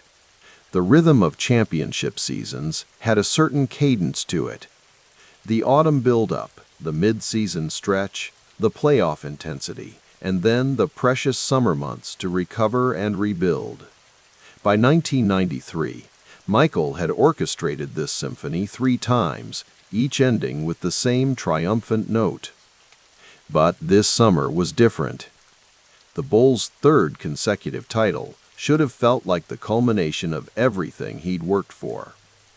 Instead, it felt like the ceiling was closing in. The gambling stories had begun appearing in the press with greater frequency. The Atlantic City trip during the playoffs, the high-stakes golf games, the rumors of deeper troubles. "It's nobody's business what I do with my money," he had told Ahmad Rashad in a rare moment of candor. They were playing golf at a private course outside Chicago, away from the cameras. "I've never bet on basketball. Never." Rashad nodded, knowing better than to push. The $1.25 million check Michael had written to settle a golf debt with Esquinas had made headlines, but the FBI had already looked into the gambling allegations and found nothing to warrant charges. Still, the questions lingered, casting the first real shadow over his carefully constructed image. "You ever think about stepping away?" Rashad asked carefully. "Just for a while?" Michael lined up his putt, focusing on the gentle slope of the green. The question hung in the air, unanswered. James Jordan Sr. drove his red Lexus down the North Carolina highway late one July night in 1993, the car a gift from his son. He'd pulled over at a rest stop, feeling tired after a friend's funeral earlier that day. In the dark quiet of that roadside stop, fate delivered its cruelest twist to the Jordan family narrative. 3,000 miles away, Michael was awakened by a phone call in the pre-dawn hours. His mother's voice, usually so controlled, was ragged with grief. "They can't find your father," she said. The days that followed passed in a blur of private agony and public speculation. When James Jordan's body was finally discovered in a South Carolina creek on August 3rd, the murder became national news. 2 teenagers were eventually charged with the killing, a random act of violence, a robbery gone wrong. But in the darkened hallways of the Jordan family home, as relatives arrived with casseroles and whispered condolences, Michael found himself trapped in the funhouse mirror of fame. Tabloids and even mainstream outlets began connecting his father's murder to his gambling debts, suggesting without evidence that the killing was somehow retaliation, that Michael's private vice had visited tragedy upon his family. Phil Jackson found him sitting alone on the Bulls practice court at midnight, a week after the funeral, shooting free throws in the dark. "I thought I might find you here," the coach said, sitting on the bench. Michael didn't respond, just kept shooting. The soft swish of the net was the only sound in the empty arena. "Nobody believes those stories," Phil said finally. Michael caught the ball as it came through the net. "Some people do." Some people will believe anything that cuts a tall tree down to size. Michael bounced the ball slowly, methodically. He was wearing the watch I gave him, the ring from our first championship. His voice was flat, emotionless. They took those things off his body and just left him there. Phil knew better than to offer platitudes. They sat in silence for several minutes. "I don't know if I can do this anymore," Michael said finally. The words seemed to surprise even him. Basketball. Any of it. The games, the commercials, the questions. Being Michael Jordan. He shot again. Swish. My father was the only person who still saw me as just Michael. The new NBA season approached with gathering speed. Like a freight train, Michael couldn't quite bring himself to board. He moved through his days, mechanically, training, meetings, obligations, but the essential spark was gone. The competitive fire that had defined him had been doused in grief. On an unseasonably cool October morning, Michael drove alone to the Bulls' practice facility. The massive United Center was under construction nearby, soon to replace the beloved Chicago Stadium. Change was coming, one way or another. Inside, he found Jerry Reinsdorf and Phil Jackson waiting in the small conference room. "We need to talk about the season," Reinsdorf said. Michael looked between them. "I've made a decision." The silence in the room thickened. "I'm done," he said simply. Neither man looked surprised. They'd seen the signs, watched the light dimming in his eyes over the past months. "Are you sure this is what you want?" Reinsdorf asked. Michael nodded. "I have nothing left to prove. I want to spend time with my family. He paused, searching for words. "I want to see if I can find joy in something else." Outside, Chicago was stirring to life, unaware that its sporting deity was abdicating his throne. Somewhere in the city, workers were pressing a new shipment of Air Jordan 8s. A child was practicing fadeaways in a playground. A Nike marketing team was planning the next campaign. But in this quiet room, Michael Jordan was dismantling the machinery of his own myth. In less than 2 weeks, he would shock the world with his retirement announcement, sending the NBA and the entire sports marketing complex into chaos.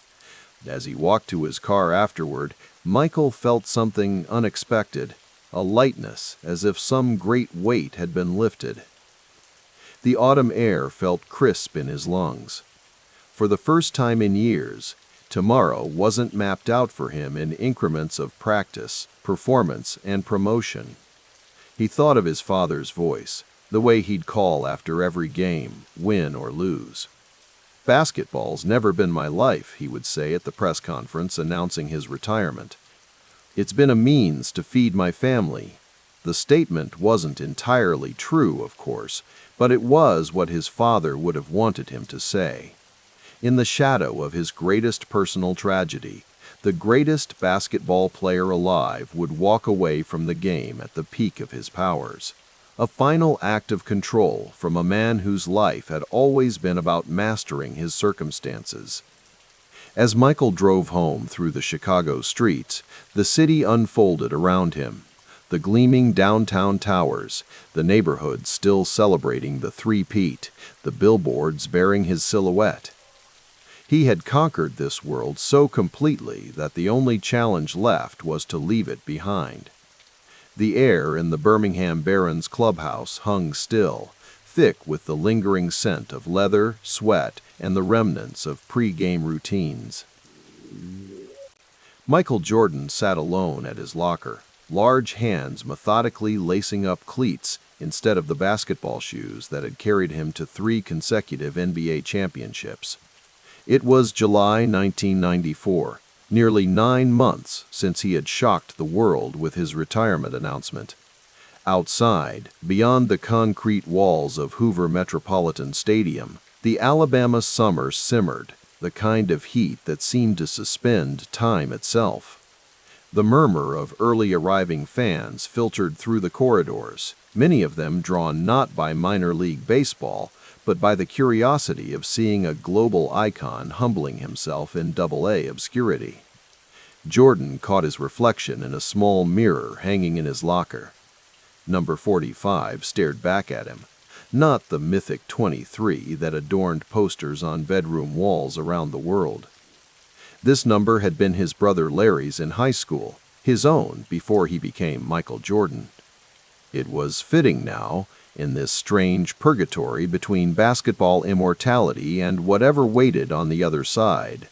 "You good, Mike?" Terry Francona, the Barons' manager, appeared in the doorway, his eyes carrying the weary wisdom of a baseball lifer. "Yeah, skip, just getting centered." Jordan's voice was quiet, measured, the voice of a man still figuring out his new reality. What the public couldn't see were the 6 a.m. batting practices, the extra fielding drills, the hours spent on mechanical adjustments that felt foreign to a body trained for hardwood, not dirt. After team practices, Jordan would often remain, swinging until his hands blistered through his batting gloves. In the privacy of those empty mornings, there was honesty, a superstar confronting genuine struggle rather than the inevitable triumph that had become his brand. "Bus leaves in 20, Francona said, then hesitated. "That reporter from Sports Illustrated is hanging around again." Jordan nodded, his expression unchanging. The questions were always the same. Why baseball? When are you coming back to basketball? Is this about your father, the gambling rumors, a secret suspension? What they couldn't understand was the simplicity beneath it all. James Jordan had loved baseball. Before his murder in July 1993, father and son had often talked about Michael playing the game.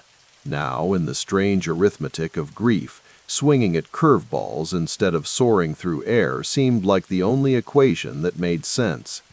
The Southern League was no ceremonial exhibition. 6-hour bus rides to Jacksonville, Huntsville, Orlando. Cheap roadside motels with paper-thin walls. Veterans who'd never make the majors eyeing the superstar with a mixture of awe and resentment. Jordan was batting. 202 numbers that would be humiliating for anyone else, but somehow made his presence more intriguing. The greatest basketball player alive was willing to fail publicly, nightly. "Sometimes I wonder what they're saying back in Chicago," Jordan said to Charles Poe, an outfielder who'd become something of a confidant, as they warmed up before the game. "Probably still can't believe it," Poe said, stretching his arm. "You walking away at the top." Jordan smiled, a tight, controlled expression. "That's the thing about being at the top. Nobody thinks about how heavy the crown gets." The crowd that night was typical, over 10,000 in a stadium that normally drew a third of that.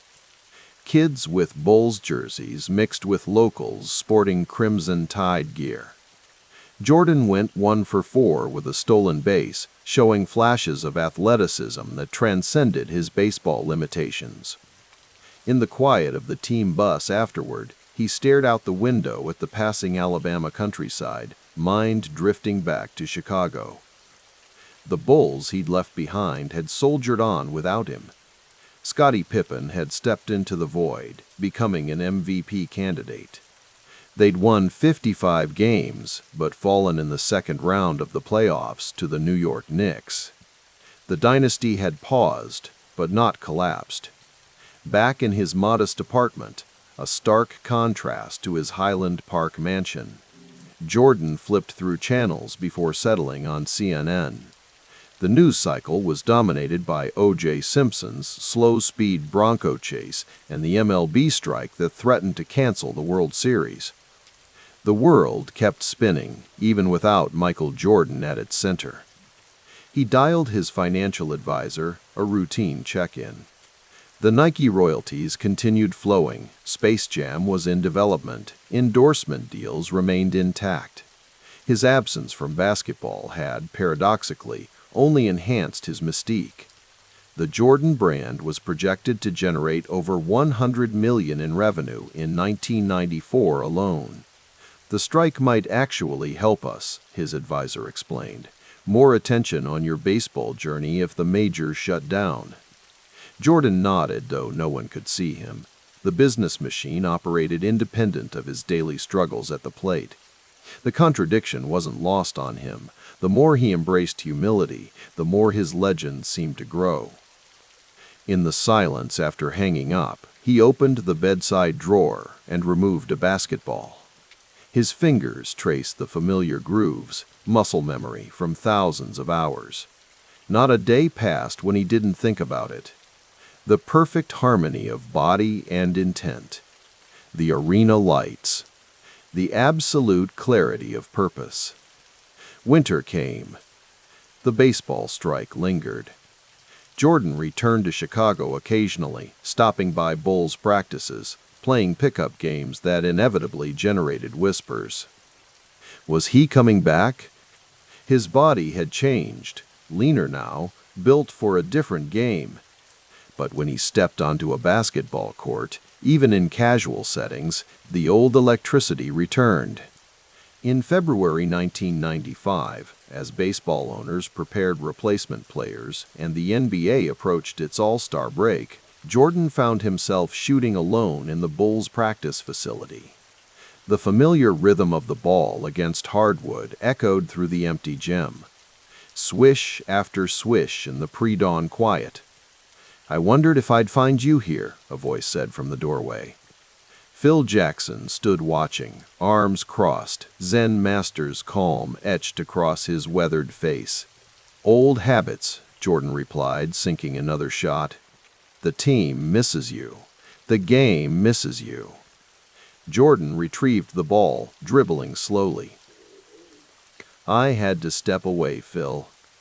Jackson nodded. "Every man has to find his own path through grief." They didn't speak of basketball strategies or championship aspirations. Instead, they talked about time, how it changes perspective, heals wounds, clarifies purpose. Jackson, ever the philosopher, spoke of cycles and returns, the natural order of things. "The question isn't whether you're still capable," Jackson said as he prepared to leave. "It's whether you're still hungry." The words followed Jordan through the remaining weeks of winter, through private workouts that gradually shifted from baseball swings to jump shots. The Bulls were 34-31, struggling to maintain their identity. Pippen was carrying too heavy a burden. The team that had been architected around Jordan's singular force was drifting without its centerpiece. On March 18, 1995, in the most Jordan way possible, the decision was announced. No press conference, no elaborate production. Just 2 words transmitted via fax to media outlets around the world: "I'm back." The United Center hummed with anticipation as Jordan prepared for his return against the Indiana Pacers the next day. He had chosen to wear number 45, the baseball number, his brother's number, signaling that this was something new, not merely a continuation. In the locker room, he methodically prepared, muscle memory taking over despite the 16-month absence. "Different, isn't it?" asked Steve Kerr, the Bulls' sharpshooter who had joined the team while Jordan was playing baseball. "What's that?" Jordan looked up from lacing his shoes. "Coming back to something you love after time away makes you see it differently." Jordan considered this. It's still basketball, still about imposing your will. The game itself was unremarkable by Jordan standards: 19 points on 7 of 28 shooting in a 132-96 loss. The rust was evident. Timing off, explosiveness diminished. But there were moments, flashes of the old brilliance, enough to suggest that the story wasn't over, merely entering a new chapter. 5 games later, in his first game back at Madison Square Garden against the Knicks, Jordan switched to his old number 23. The league fined the Bulls $25,000 for failing to report the change, but the symbolism was worth far more. This wasn't a man coming back for nostalgia or to recapture past glories. This was unfinished business. The Bulls lost to the Orlando Magic in the second round of the playoffs that spring, a team featuring Shaquille O'Neal and Penny Hardaway. The defeat burned in Jordan, rekindled competitive fires that baseball's quiet struggles had banked but never extinguished. "We'll be back," he told Pippen as they left the court after the elimination game. "This summer, everything changes." The summer of 1995 became preparation. Jordan immersed himself in a training regimen more intense than anything before. He summoned teammates for workout sessions that bordered on the masochistic. In one infamous practice, his competitive drive boiled over into a physical altercation with Steve Kerr. "I needed to know," Jordan explained to Kerr afterward, rare contrition in his voice, "if you had what it takes when it matters. If you'd stand up to me, you'd stand up to anyone." Kerr, sporting a black eye, nodded slowly. "I get it, but maybe next time just ask." The incident became part of the Bulls' internal mythology, Jordan manufacturing pressure, creating the crucible in which champions would be forged. The team was being rebuilt around his return, with Dennis Rodman added to complement Pippen and provide the rebounding and defense needed for another title run. In quiet moments, away from the intensity of preparation, Jordan sometimes reflected on the baseball interlude. It had not been an escape, but a necessary passage, a way to honor his father, to experience humility, to step away from the Jordan machine he'd created. "People thought I was crazy," he told Ahmad Rashad in a rare reflective interview that summer. Walking away at the top, trying something where failure was not just possible, but likely. But I needed that. Needed to remember what it feels like to struggle, to build, to be hungry again. As autumn approached and the 1995-96 season loomed, the basketball world wondered what version of Michael Jordan would emerge. Would he be diminished by age and absence? Or would the baseball detour, the grief process, the time away from the spotlight's constant glare somehow transform him into something new? Jordan himself offered few public predictions, but those close to him noted a different quality to his intensity now, something tempered, focused, perhaps more dangerous for its deliberation. The time away had not dulled his edge but sharpened it, giving him perspective on both his powers and their limits. In his Highland Park estate, restored to its former role as command center, Jordan stood before his trophy case late one night. 3 championship trophies gleamed in the dim light. Space remained for others. The gap represented possibility, not conclusion. He thought about the journey from the impossible heights of 3 consecutive titles to the humbling struggles of minor league bus rides and 202 batting averages, from the crushing grief of his father's murder to the quiet resurrection of purpose. The narrative had depth, now that mere success could never provide. As he turned away from the trophies, Michael Jordan smiled to himself. The story wasn't just about coming back, it was about coming back different, tempered, wiser, and perhaps even more dangerous than before. The crown remained heavy, but he was ready to wear it again.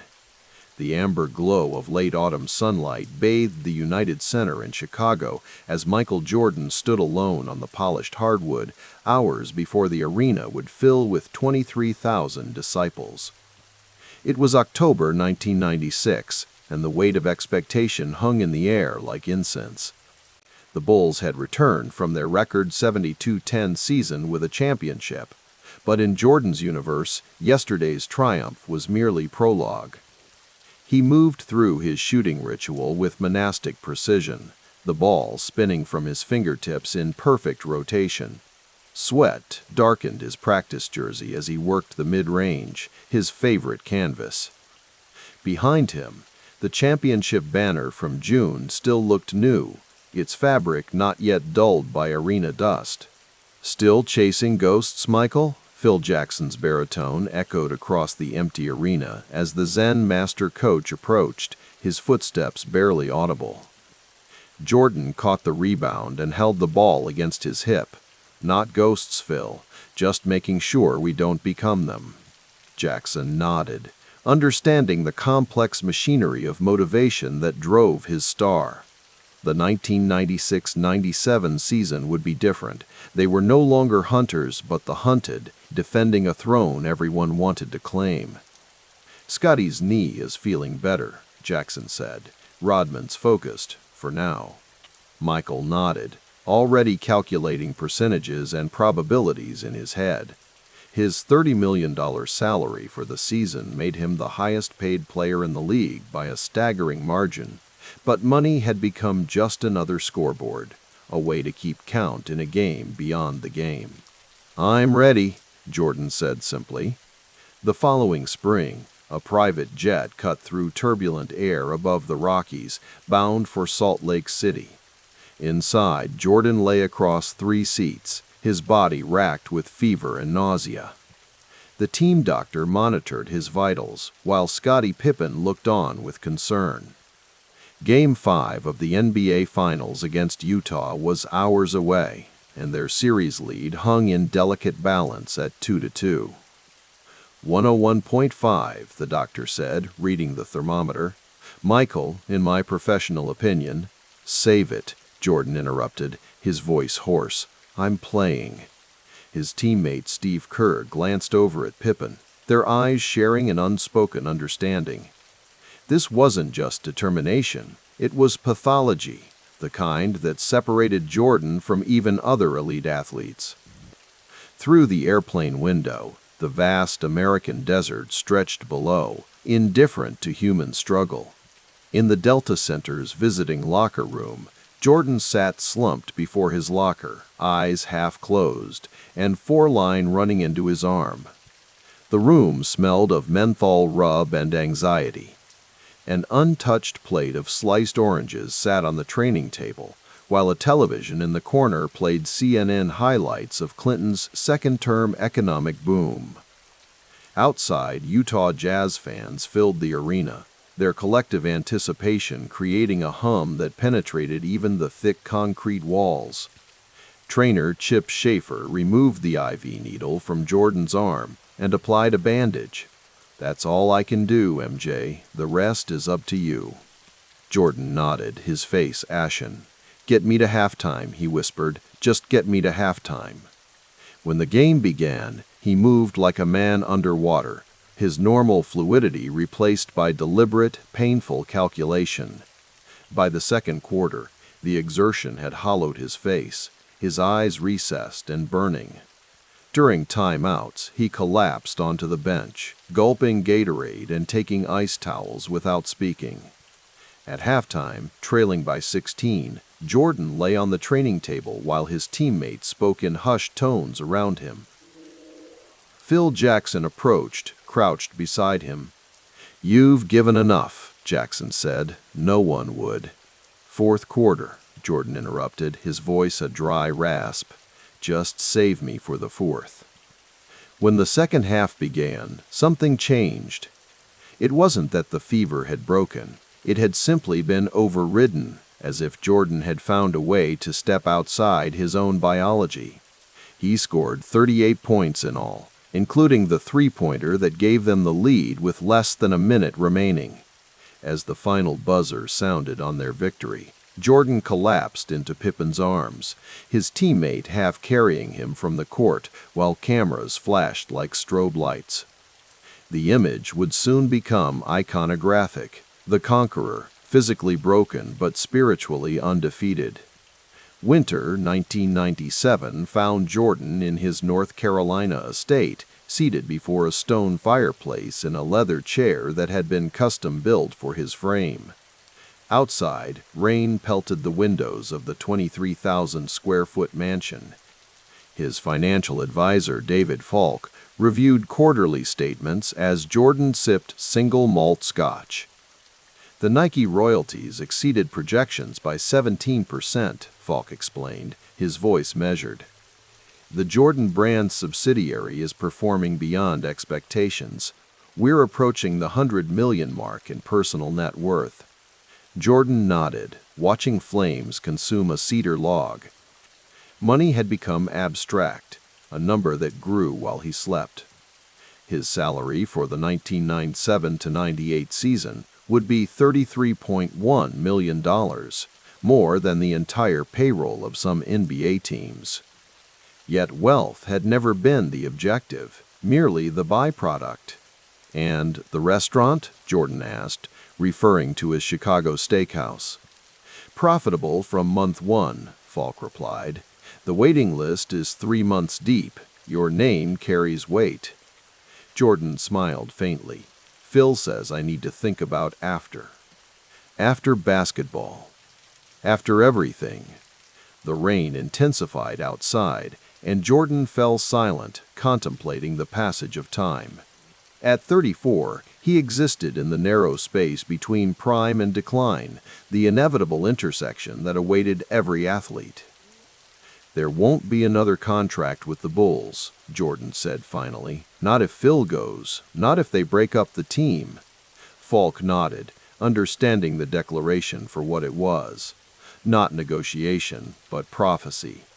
The 1997-90 season unfolded like a slow coronation.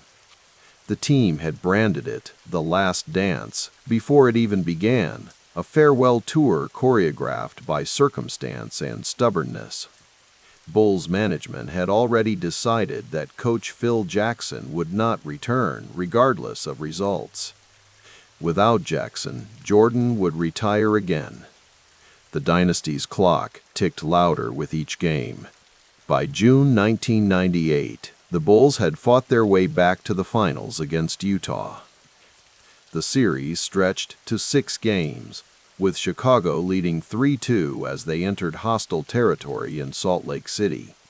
The team bus rolled through downtown under police escort, passing Mormon temples and mountains etched against a cobalt sky. In the visitors' locker room before Game 6, the atmosphere was thick with unspoken emotion. These men had shared a decade of triumph and failure, had seen each other at their best and worst. Now, the countdown to dissolution had reached its final hours. Jordan sat before his locker, methodically lacing his shoes. The Air Jordan 13s with their distinctive panther paw soles. He had worn different models throughout the season, but tonight required something primal. Next to him, Pippen struggled with back spasms that threatened to sideline him. "I'm good," Pippen insisted when Jordan glanced his way. "I know you are," Jordan replied, the simple exchange containing years of shared understanding. When the game began, Jordan played as if racing against more than just Utah. He was racing against time itself, against the inevitable end of this chapter. Every drive to the basket, every defensive stand carried the weight of finality. With 41 seconds left in the fourth quarter, Utah led by 3. Jordan drove to the basket, scored, and cut the lead to 1. On the next possession, with the Delta Center thundering around them, he calculated his moment. Karl Malone, Utah's powerful forward, received the ball in the post, his back to the basket. Jordan had been watching Malone's tendencies for years, had cataloged his rhythms and tells. When Malone turned his head slightly left, Jordan pounced from behind, stripping the ball with surgical precision. The stolen possession gave Chicago a chance. Jordan dribbled up court, the clock bleeding precious seconds. Everyone in the arena, everyone watching worldwide, knew who would take the last shot. Knowledge, however, was not prevention. With 9 seconds left, Jordan attacked Brian Russell, drove right, then crossed over left as Russell's momentum carried him away. The space created was minimal but sufficient.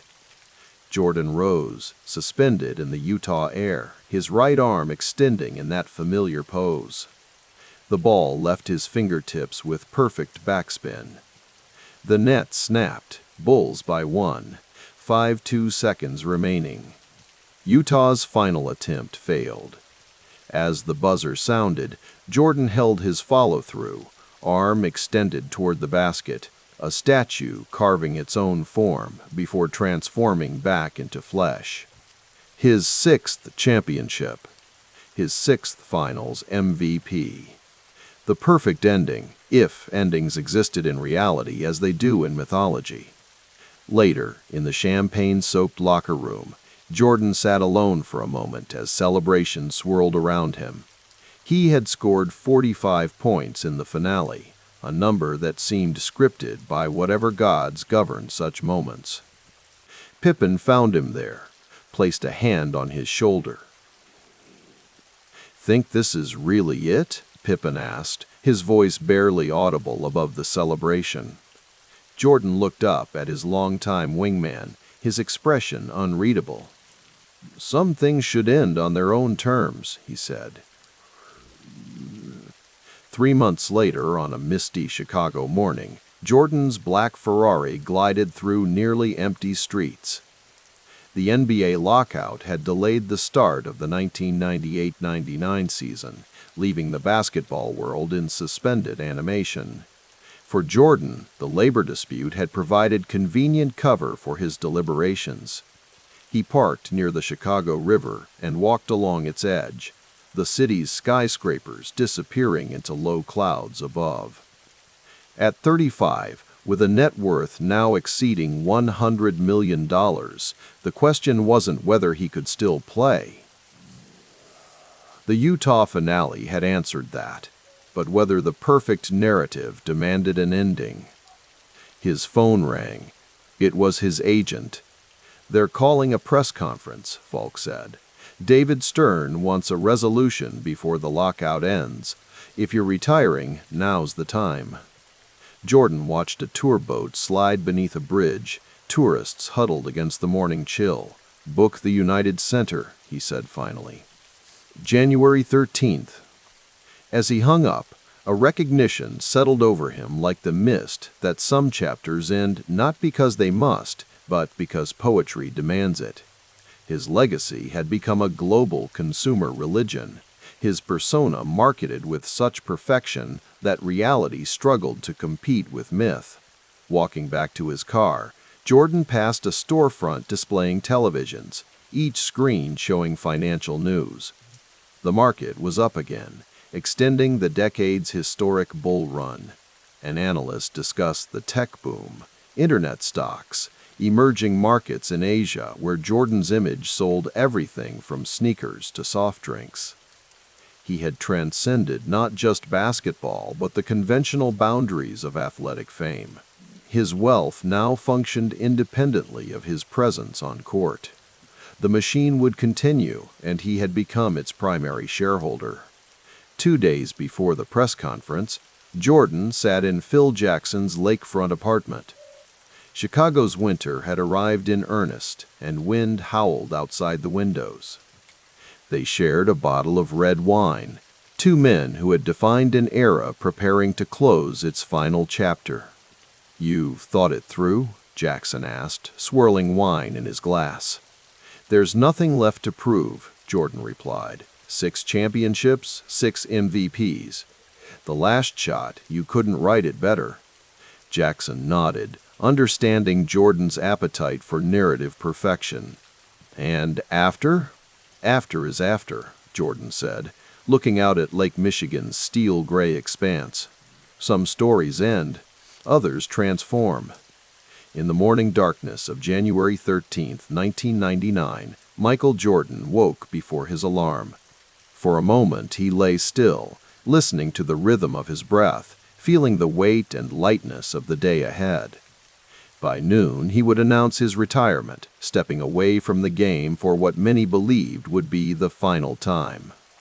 He rose and moved to the window, drawing back heavy curtains.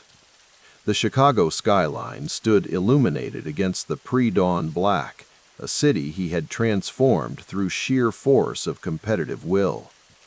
Somewhere in those streets, workers were already preparing the United Center for his farewell, setting up camera platforms and testing microphones. The perfect ending required perfect execution, and if anyone understood the value of both, it was Michael Jordan, who had turned athletic greatness into financial empire, who had made winning not just an outcome but a brand. He smiled faintly at his reflection in the window glass, recognizing both the man he was and the myth he had become. Behind him, the clock continued its patient count, moving toward the moment when one chapter would close and another, yet unwritten, would begin. The January snow fell in thick, silent blankets across Chicago, covering the sidewalks that Michael Jordan had once walked as a king. It was 1999, and the city's basketball emperor had abdicated for the second time, the announcement still fresh in the newspapers that littered the stands along Michigan Avenue. Inside his Highland Park mansion, Jordan sat alone by a window, watching the accumulation of white as the sun descended behind the skyline he had conquered. "It's done," he whispered to himself, still feeling the phantom weight of the sixth championship ring he'd earned just months earlier.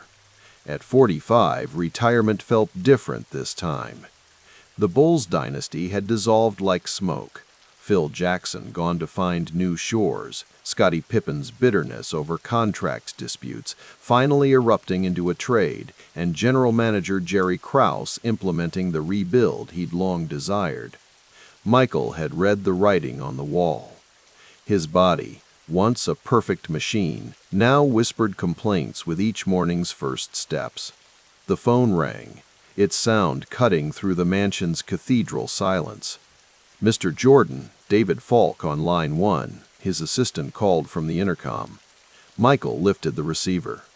"David, how's retirement treating you?" Falk's voice carried the familiar urgency of a man whose mind never stopped calculating percentages. "Feels final this time," Jordan replied, though something in his tone suggested otherwise. "That's what you said in '93, Falk chuckled.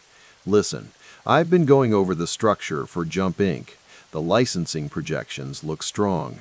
Nike wants to push harder on the retro line." Michael gazed at the snow. The business conversations had once been secondary, an afterthought to the competition that drove him. Now they were becoming the main event. The architecture of wealth that would outlast his playing days. "Send over the paperwork," he said finally. "And, David, let's talk about the restaurant situation. The numbers aren't looking good." By summer 2000, the dot-com bubble was beginning its spectacular burst. But Michael Jordan's financial empire was undergoing a different kind of correction. In a wood-paneled meeting room in downtown Chicago, Jordan sat at the head of a table as his financial team delivered the autopsy on his restaurant ventures. "Michael Jordan's restaurant on LaSalle isn't sustainable," said his CFO, sliding a folder across the polished mahogany. "The New York location is bleeding money, too." Jordan nodded, his expression unchanged. The losses weren't catastrophic to his overall wealth, but failure in any arena was something he preferred to handle quietly, away from public eyes. "Close them," he said simply. "Do it clean. Take care of the staff." He tapped his fingers rhythmically on the table, the way he once dribbled before free throws. "What about the dealerships?" Another folder slid across the table. "Similar situation. The operational headaches aren't worth the returns." Jordan absorbed the information without visible emotion. These ventures had been experiments, side quests to the main mission. Unlike basketball, where his superhuman will could bend outcomes, businesses with complex operations and unpredictable variables didn't align with his control-driven temperament. "Wind them down," he decided. "But I want to restructure how we approach licensing. That's where the real money is." Later that evening, as Chicago's summer humidity pressed against the windows of his downtown office, Jordan reviewed the paperwork for his evolving business entities. Jump Inc. and the newly formed Michael Jordan Brands LLC would be the vehicles for transforming his image from salary-dependent athlete to IP-driven wealth machine. "It's all about control," he murmured to himself, reviewing the contracts. The winter of 2001 arrived with an America forever changed by September's terrorist attacks. Michael Jordan, after months of careful preparation and secret workouts, stood at a podium in Washington, D.C.'s MCI Center, announcing his return to basketball as a player for the Washington Wizards. "I'm not coming back for the money," Jordan told the assembled press, cameras flashing like strobe lights around him. "I'm coming back because I love the game. I still think I can play at this level, and I still think I can help this team." What he didn't say was how empty retirement had felt, how the competitive void had grown into an abyss, how even the golf courses and high-stakes card games couldn't replicate the clarity of purpose that basketball provided. At 38, Jordan knew his body would betray him in ways it never had before. The punishing hours in the gym had revealed that truth, but his mind refused to accept limitation. He still believed his will could override physics and time. In the Wizards' locker room before his first regular season game back, Jordan sat quietly, taping his fingers with practiced precision. Young teammates stole glances at the legend in their midst, unsure whether to approach the man whose posters had once adorned their childhood bedrooms. "You nervous?" asked Charles Oakley, an old Bulls teammate who had joined him in Washington. Jordan looked up, a half-smile forming. "About basketball? Never." But there was a hesitation in his voice that hadn't existed in Chicago. This wasn't about adding to a perfect narrative anymore. This was about proving something more personal, that Michael Jordan could still dominate, could still bend the game to his will, even as his knees creaked and his vertical leap diminished. The 2001-2002 season unfolded like a study in contrasts. Jordan averaged over 20 points per game, remarkable for a man his age, yet the Wizards remained mediocre, missing the playoffs. His body rebelled with knee problems and back pain. The explosive first step that had once left defenders frozen was now merely quick. The seemingly endless hang time had become measurable by ordinary clocks. Still, there were moments, sudden resurrections of the old magic. A fourth-quarter takeover against the Knicks. A baseline fadeaway that made the Milwaukee crowd gasp. Brief glimpses of divinity that reminded everyone why they had once believed a man could fly. In a hotel room after a difficult road loss to Detroit, Jordan sat alone, ice packs wrapped around both knees, watching CNBC's coverage of the post-9/11 economy. The Wizards' experiment was teaching him something valuable, if painful. There were limits that even his legendary will couldn't overcome. His cell phone rang. David Falk again. "Michael, we need to talk about the Nike arrangement," Falk began without preamble. "Not now, David," Jordan replied, his voice carrying a weariness rarely displayed in public. "This can't wait. The royalty structure needs." I said not now.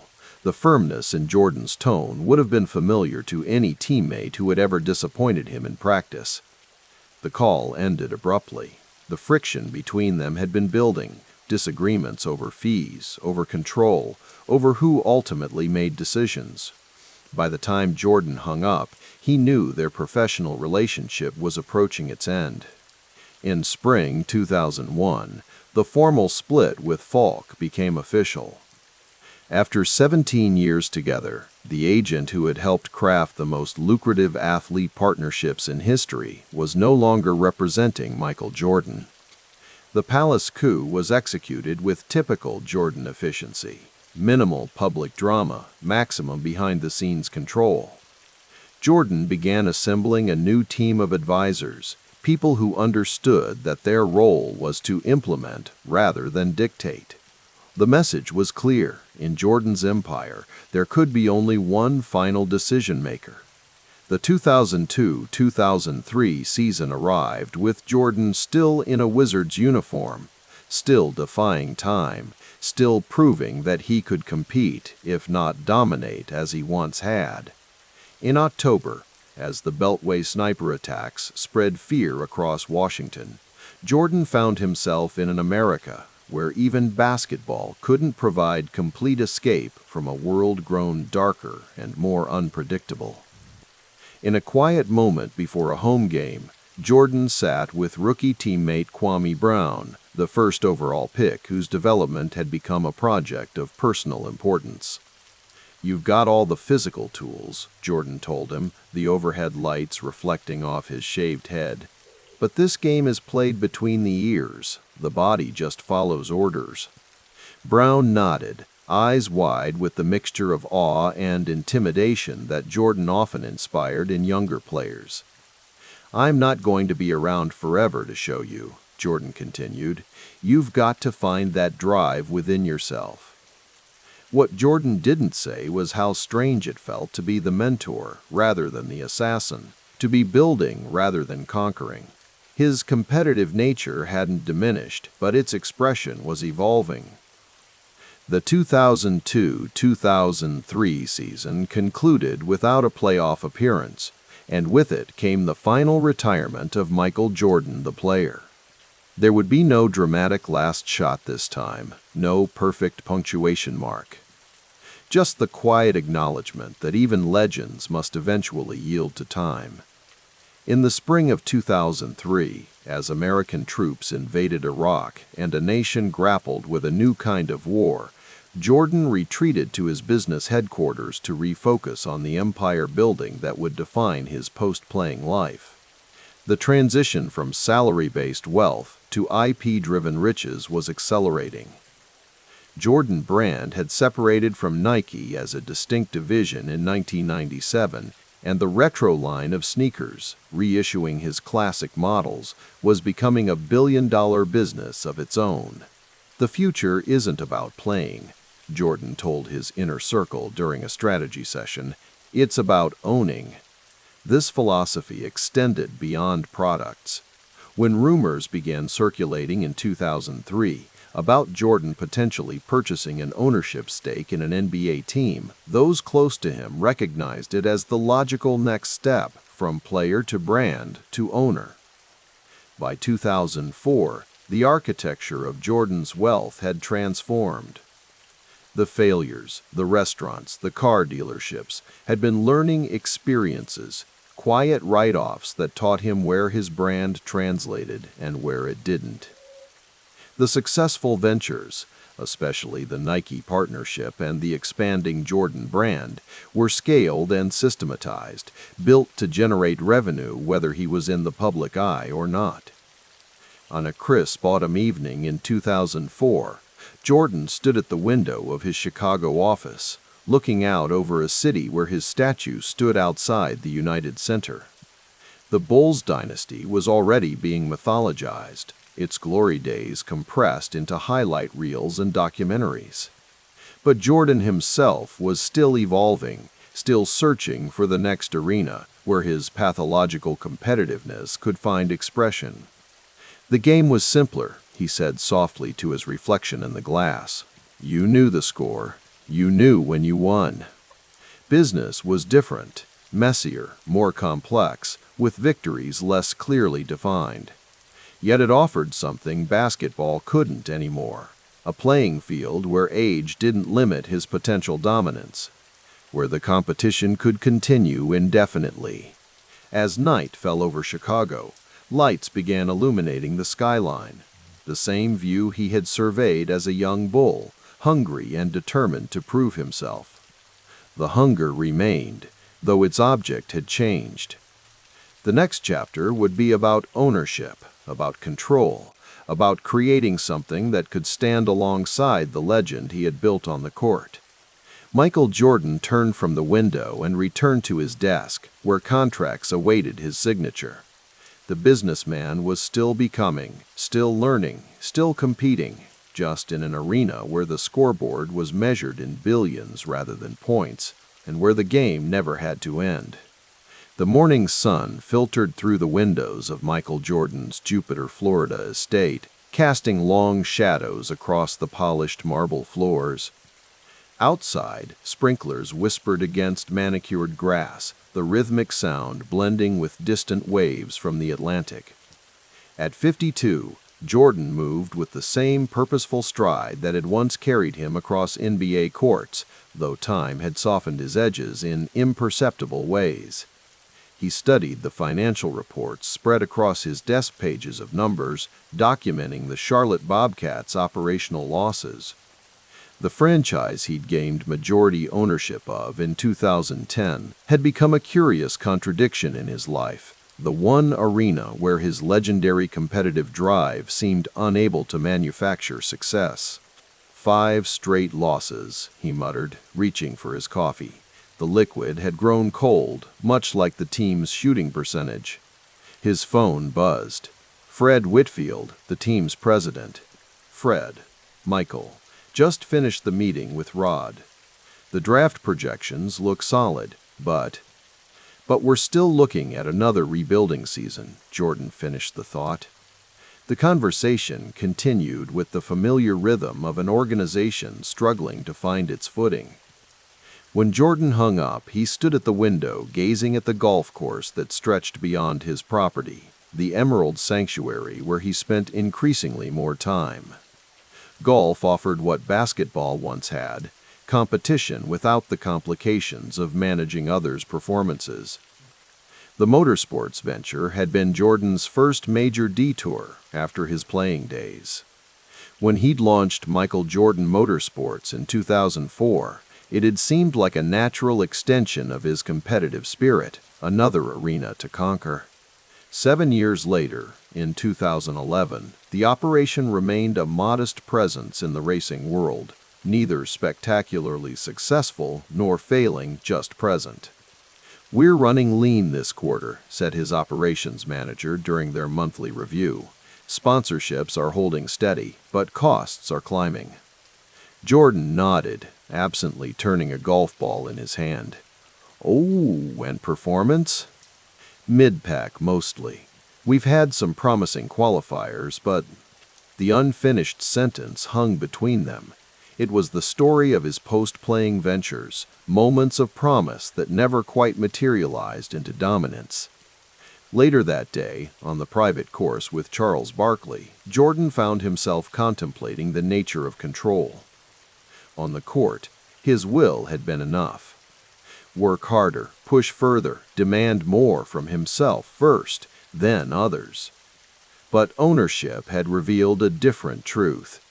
"You know what the problem is, Charles," Jordan said, lining up a putt. "You can't just will success in business. I could make myself better, but I can't make others better just by wanting it." Barkley laughed, his swing still comically broken. "That's why I stick to talking about basketball instead of owning a team." The ball rolled smoothly into the cup. At least here, on the green, cause and effect remained beautifully simple. The 2011 to 2012 NBA season had been particularly cruel. The lockout-shortened schedule had given way to the worst winning percentage in NBA history for the Charlotte Bobcats, WFD, N06. 7 wins against 59 losses. Jordan sat in his office at the Time Warner Cable Arena in Charlotte, the city that had once seemed like a natural homecoming for the North Carolina basketball legend. The walls were decorated with reminders of personal glory that now felt disconnected from his present reality. "We need to make changes, Rod," he told his general manager, Rod Higgins. "This can't continue." Higgins, a longtime basketball confidant, nodded solemnly. "We've got cap flexibility coming up. The draft pick should be high. We could accelerate the rebuild." Jordan's patience had boundaries that few tested, but the business of basketball, of building rather than doing, had pushed those boundaries repeatedly. The Jordan who never accepted mediocrity now presided over its embodiment. Later that evening, alone in his hotel suite, he watched highlights of the Miami Heat, now led by LeBron James. The media narrative was inescapable. A new king had claimed the throne. Jordan smiled thinly. The competitive embers still glowed hot enough that he felt the comparison as a personal challenge, even from the owner's box. His phone chimed. A text from Ahmad Rashad, dinner tomorrow? These friendships, with Rashad, with Barkley, with a select circle who knew the man behind the myth, had become increasingly important.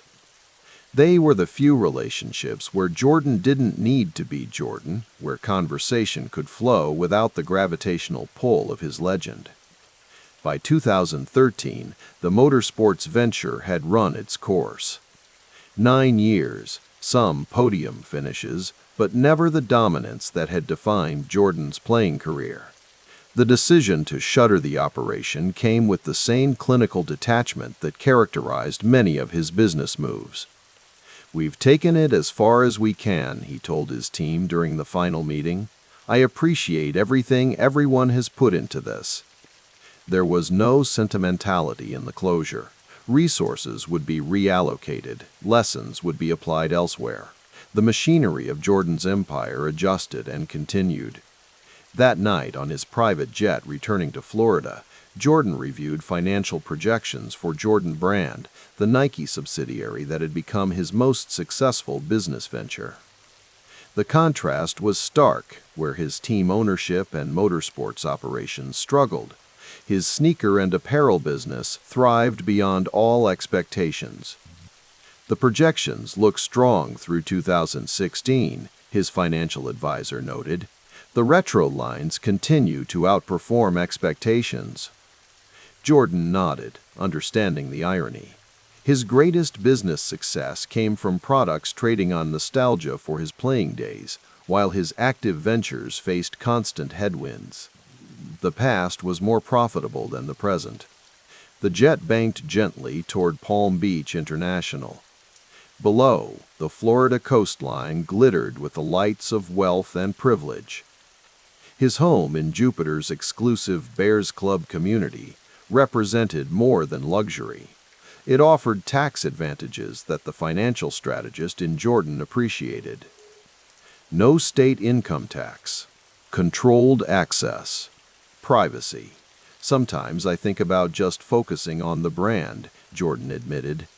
"Let someone else deal with trying to build a winner in Charlotte." His advisor knew better than to offer an opinion. Jordan's decisions were his own, arrived at through an internal calculus few were privy to. The summer of 2004 brought changes to Charlotte. The Bobcats reclaimed the Hornets' name, reconnecting with the city's NBA heritage. Jordan approved new uniforms, new court designs, a rebranding that he hoped would mark a turning point. "It's about identity," he explained during a rare press conference. "This city had a connection with the Hornets. We're bringing that back." The business strategy made sense. Leverage nostalgia, reconnect with a fan base that had passionate memories of the original Hornets. But underneath lay the persistent challenge, creating a winning basketball product.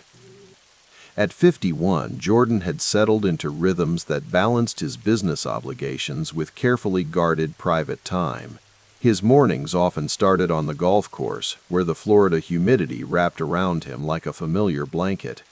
"Your swing's looking good," Tiger Woods commented during one of their occasional rounds together. Jordan appreciated these moments with fellow icons who understood the peculiar burden of extraordinary success. Woods knew something about being measured against impossible standards, often self-created. "How's the team looking?" Woods asked as they walked to the next tee. Jordan shrugged. "Rebuilding. Always rebuilding." The conversation shifted to safer territory. Golf, mutual business interests, the comfortable banter of men accustomed to rarefied air.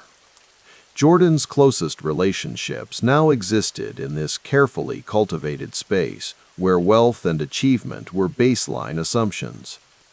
The national conversation was shifting in ways that increasingly intruded on Jordan's carefully constructed neutrality. The summer of 2004 had seen protests in Ferguson, Missouri, after the shooting of Michael Brown. The following years brought more cases, more protests, more pressure on public figures, especially black ones, to take positions. Jordan had long maintained a careful distance from political matters. "Republicans buy sneakers too," remained the quote that defined his stance, though he'd later claim it was made in jest. The truth was more complex. Jordan had built an empire on broad appeal, on being simultaneously extraordinary and inoffensive. But by 2016, even Jordan felt the shifting ground. The deaths of black Americans at the hands of police had ignited movements that touched every corner of American life, including sports. Younger players were speaking out. Jordan's silence was increasingly conspicuous. In his Jupiter study, Jordan drafted and redrafted a statement with his advisors. The process was meticulous, characteristic of how he approached any public position. "I can no longer stay silent," the final statement began. It announced equal donations of $1 million each to the International Association of Chiefs of Police's Institute for Community, Police Relations, and the NAACP Legal Defense Fund. "We need to find solutions that ensure people of color receive fair and equal treatment, and that police officers, who put their lives on the line every day to protect us all, are respected and supported," the statement read. The response was predictable: criticism from multiple directions. Some felt it was too little, too late. Others saw it as unnecessarily political. Jordan had aimed for balance and found that balance itself had become controversial. "You can't please everyone," St. Portnoy, his longtime business manager, reminded him. Jordan nodded. Never could, never tried to, but they both knew that wasn't entirely true. The Jordan brand had been built on broad appeal, on being admired across demographic lines. That evening, as Florida's summer thunderstorms rolled in from the Atlantic, Jordan stood on his covered terrace watching lightning fracture the darkening sky. The weather matched his mood, unsettled, electric with potential energy. He thought about the journey from Chicago's United Center to Charlotte's owner's box, from being the man who executed to the man who delegated execution. The Hornets remained mediocre. The motorcycles had been sold. His most enduring success still came from what he had done decades earlier on basketball courts. The rain fell harder. Jordan remained dry under the protected overhang, still watching, still calculating, still measuring the distance between expectation and reality. "Michael?" his assistant's voice called from inside. "Mr. Cuban is on the line about that golf tournament next month." Jordan turned from the storm, moving back toward business, toward the networks of wealth and influence that now defined his days. Behind him, thunder rolled across Jupiter's exclusive enclaves. Nature's applause for a performance still in progress, with acts yet unwritten and curtains yet to fall. The early evening sun cast long shadows across the Grove 23, Jordan's exclusive golf club in Hobe Sound, Florida. The manicured fairways stretched like emerald carpets between stands of palms, their fronds whispering in the gentle Atlantic breeze. At the far end of the course, a solitary figure stood on the 18th green, cigar smoke curling upward in the golden light. Michael Jordan studied his putt with the same intensity he had once reserved for fourth-quarter game winners. At 58, his frame remained imposing, though time had softened certain edges. The competitive fire, however, burned undiminished. He drew on his Davidoff, the rich tobacco, a ritual that had long ago replaced the adrenaline of hardwood battles. 8 feet, slight break right to left, he murmured to himself. Charles, his longtime friend and occasional verbal sparring partner, watched from the edge of the green. "You gonna read that putt all day, or you gonna hit it?" Jordan's eyes narrowed. the ghost of a smile playing at the corners of his mouth. "Just making sure you got your wallet ready." The ball rolled true, disappearing into the cup with a satisfying rattle. Another small victory, another moment of control in a life architected around them. Later, seated in the clubhouse's private lounge, Jordan gazed through floor-to-ceiling windows at the darkening sky. A television mounted on the wall silently played highlights from the NBA playoffs. The commentator's lips moved soundlessly, but Jordan knew the script, comparisons, debates, the endless GOAT conversations that had only intensified since the Last Dance documentary. His phone vibrated. A text from St. Portnoy, his longtime business manager. Nike Q3 numbers just came in. Jordan brand up 12% year over year. He nodded to himself. The machinery of wealth continued its steady hum. Jordan Brand had grown into a behemoth that generated over $5 billion in annual revenue, with his personal share estimated between $150 to $260 million per year. The exact percentage remained one of the most closely guarded terms in sports business, but the results spoke for themselves. "You see the new numbers?" Charles asked, settling into the leather chair across from him. Jordan nodded. The brand keeps growing. Never would have thought basketball shoes would build a bigger empire than basketball itself, Charles mused. "That's because you weren't paying attention," Jordan replied, the familiar competitive edge in his voice softening into something like wisdom. "The game ends." The conversation drifted to their shared investment in Sincoro Tequila, the premium spirits brand Jordan had co-founded in 2019 with Jeannie Buss, Wes Edens, and Y.C. Grousbeck, fellow NBA team owners who had become business partners. "Spirits market's getting crowded," Charles observed. "So was basketball," Jordan replied simply. "Quality rises." The next morning found him aboard N236MJ, his private Gulfstream G50, banking northward toward Charlotte. The familiar city skyline emerged from beneath scattered clouds, the gleaming towers of banking capital reflecting the morning sun.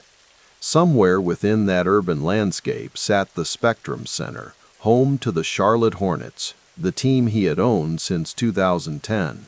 Except that was changing. After years of middling performance and criticism of his front office decisions, Jordan had decided to sell his majority stake. The valuation exceeded $3 billion, an 11-fold return on his original investment. He would retain approximately 10%, a minority position that kept him in the game without the daily scrutiny of majority ownership. Curtis Polk, his longtime financial advisor, met him at the private terminal. "All set for the final signing tomorrow," Polk said as they settled into the back of a black Escalade. "Gabe and Rick have the paperwork ready." Jordan nodded, gazing at the city through tinted windows. The Hornets chapter had been complicated, financial success paired with basketball frustration. The criticism had stung a man unaccustomed to failure, but the businessman in him recognized the opportunity. "Sell high, keep a stake, move on." 11 times what we paid, Polk continued, scrolling through his phone. "Not many investments perform like that." "The team should have performed better," Jordan replied, his gaze still fixed on the passing cityscape. "Different metrics," Polk said carefully. "The basketball didn't work out like we wanted, but the business side."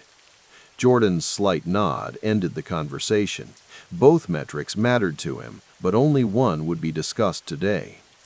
That evening, alone in the penthouse suite of the Ritz-Carlton, Jordan stood at the window overlooking the city he had invested in, both financially and emotionally.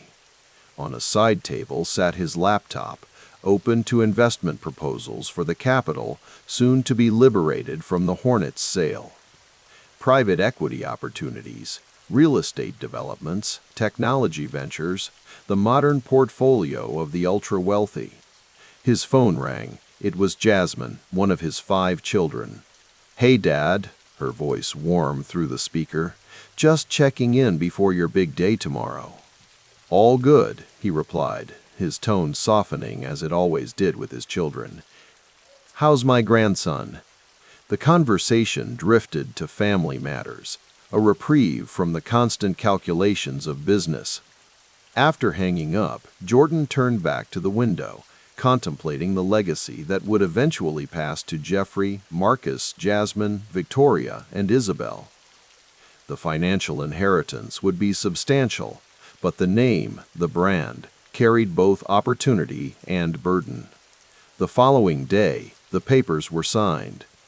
The transaction that would add billions to his already substantial fortune was completed with surprisingly little ceremony. Afterward, Jordan stood on the rooftop helipad, preparing to depart Charlotte. The city stretched below him, banking towers gleaming in the midday sun. Polk handed him a folder containing the final transaction summary. "What's next?" he asked. Jordan surveyed the horizon. "Jupiter, I've got a tea time." 3 weeks later, aboard Mr. Terrible, his custom 80-foot yacht anchored off the Bahamas.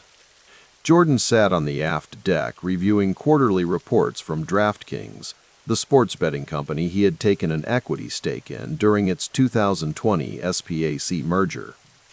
The investment had weathered the market's volatility, another carefully considered position in a portfolio increasingly weighted toward private equity and alternative investments. The evening breeze carried the scent of salt and distant rain. A steward approached with a crystal tumbler containing Cincoro Añejo, the amber liquid catching the fading light. Marcus, his son, emerged from below deck, joining him at the teak table. "The Nike meeting went well," Marcus said, settling into a chair. "The 39th anniversary collection is going to be special." Jordan nodded, the Jordan brand's continuing evolution a source of quiet pride. What had begun as a basketball shoe line had transcended into a global cultural phenomenon, with luxury collaborations and limited releases creating artificial scarcity that drove both desire and value. "They mentioned another documentary," Marcus continued, "after how big The Last Dance was." Jordan's expression remained neutral, but something flickered in his eyes. The 2020 documentary had been a calculated move, arriving during pandemic lockdowns when the world was captive and hungry for content. Nearly 24 million viewers had watched the finale, and a new generation discovered or rediscovered his mythology. Memes of "I took that personally" had flooded social media, and the GOAT debate had been reignited, exactly as intended. "Maybe," he replied. "We'll see." Later that evening, alone on the deck under star-scattered skies, Jordan reflected on the narrative control that wealth had purchased. The Last Dance had been more than entertainment. It had been legacy management, framing his ruthlessness as necessary sacrifice, leadership as a price, and presenting his version of history as definitive. The yacht gently rocked in the Atlantic swells. Jordan struck a match, the flame illuminating his features momentarily before touching the end of another Davidoff. The ritual was comforting, a small constant in a life that had transcended ordinary constraints. His phone lit up with a notification. A $10 million donation to Make-A-Wish had been processed, part of a 2020 commitment. The philanthropy was meaningful. Boys and girls clubs named for his father, UNC scholarship endowments, selective but significant giving, though critics noted it represented a conservative percentage of his multi-billion net worth. Unlike some peers, he had not signed the giving pledge, preferring to keep his charitable decisions private and controlled, like most aspects of his life. Dawn found him in the yacht's gym, the disciplined physical regimen another constant. At 60, He moved with the deliberate precision of a man who had learned to respect time's passage without surrendering to it. Afterward, seated at his desk in the master stateroom, he surveyed the objects that traveled with him. Championship rings arranged precisely, a baseball signed by his late father, a humidor containing hand-rolled cigars, a framed photograph of James Jordan, and a single golf ball from his first hole-in-one at Grove 23. These artifacts told a story, not the complete story, but the one he had chosen to preserve. The exact terms of his Nike royalty arrangement remained private. The net proceeds after debt, and taxes from the Hornet's sale would not be disclosed. The details of his estate plan for 5 children existed in documents secured by layers of legal protection. Even his political views remained largely opaque, allowing consumers of all persuasions to project their own values onto the brand. This was perhaps his most valuable skill, not the fadeaway jumper or aerial acrobatics, but the ability to be simultaneously ubiquitous and unknowable. The brand was everywhere. The man remained selective, calculated, controlled. As the yacht turned toward Jupiter, Michael Jordan stood at the rail, watching the horizon. The fortune he had built would continue its work through market cycles and cultural shifts, the machinery of wealth generation he had assembled running with the precision of the Swiss watches he collected. In the distance, Florida's coastline emerged from morning haze. Home, or one of them, waited there, the Jupiter estate with its private basketball court, the custom-built Grove 23 where he would likely spend the afternoon in friendly competition with precisely controlled stakes. And beyond that, the evolving legacy that was still being written, not just in record books, but in balance sheets, brand extensions, and carefully managed mythology. The image of Michael Jordan, the GOAT, the competitor, the capitalist phenomenon, had long ago separated from the man himself, becoming a self-perpetuating asset that would outlive its creator. This was perhaps the ultimate victory in a life defined by them, to build something that even time could not defeat.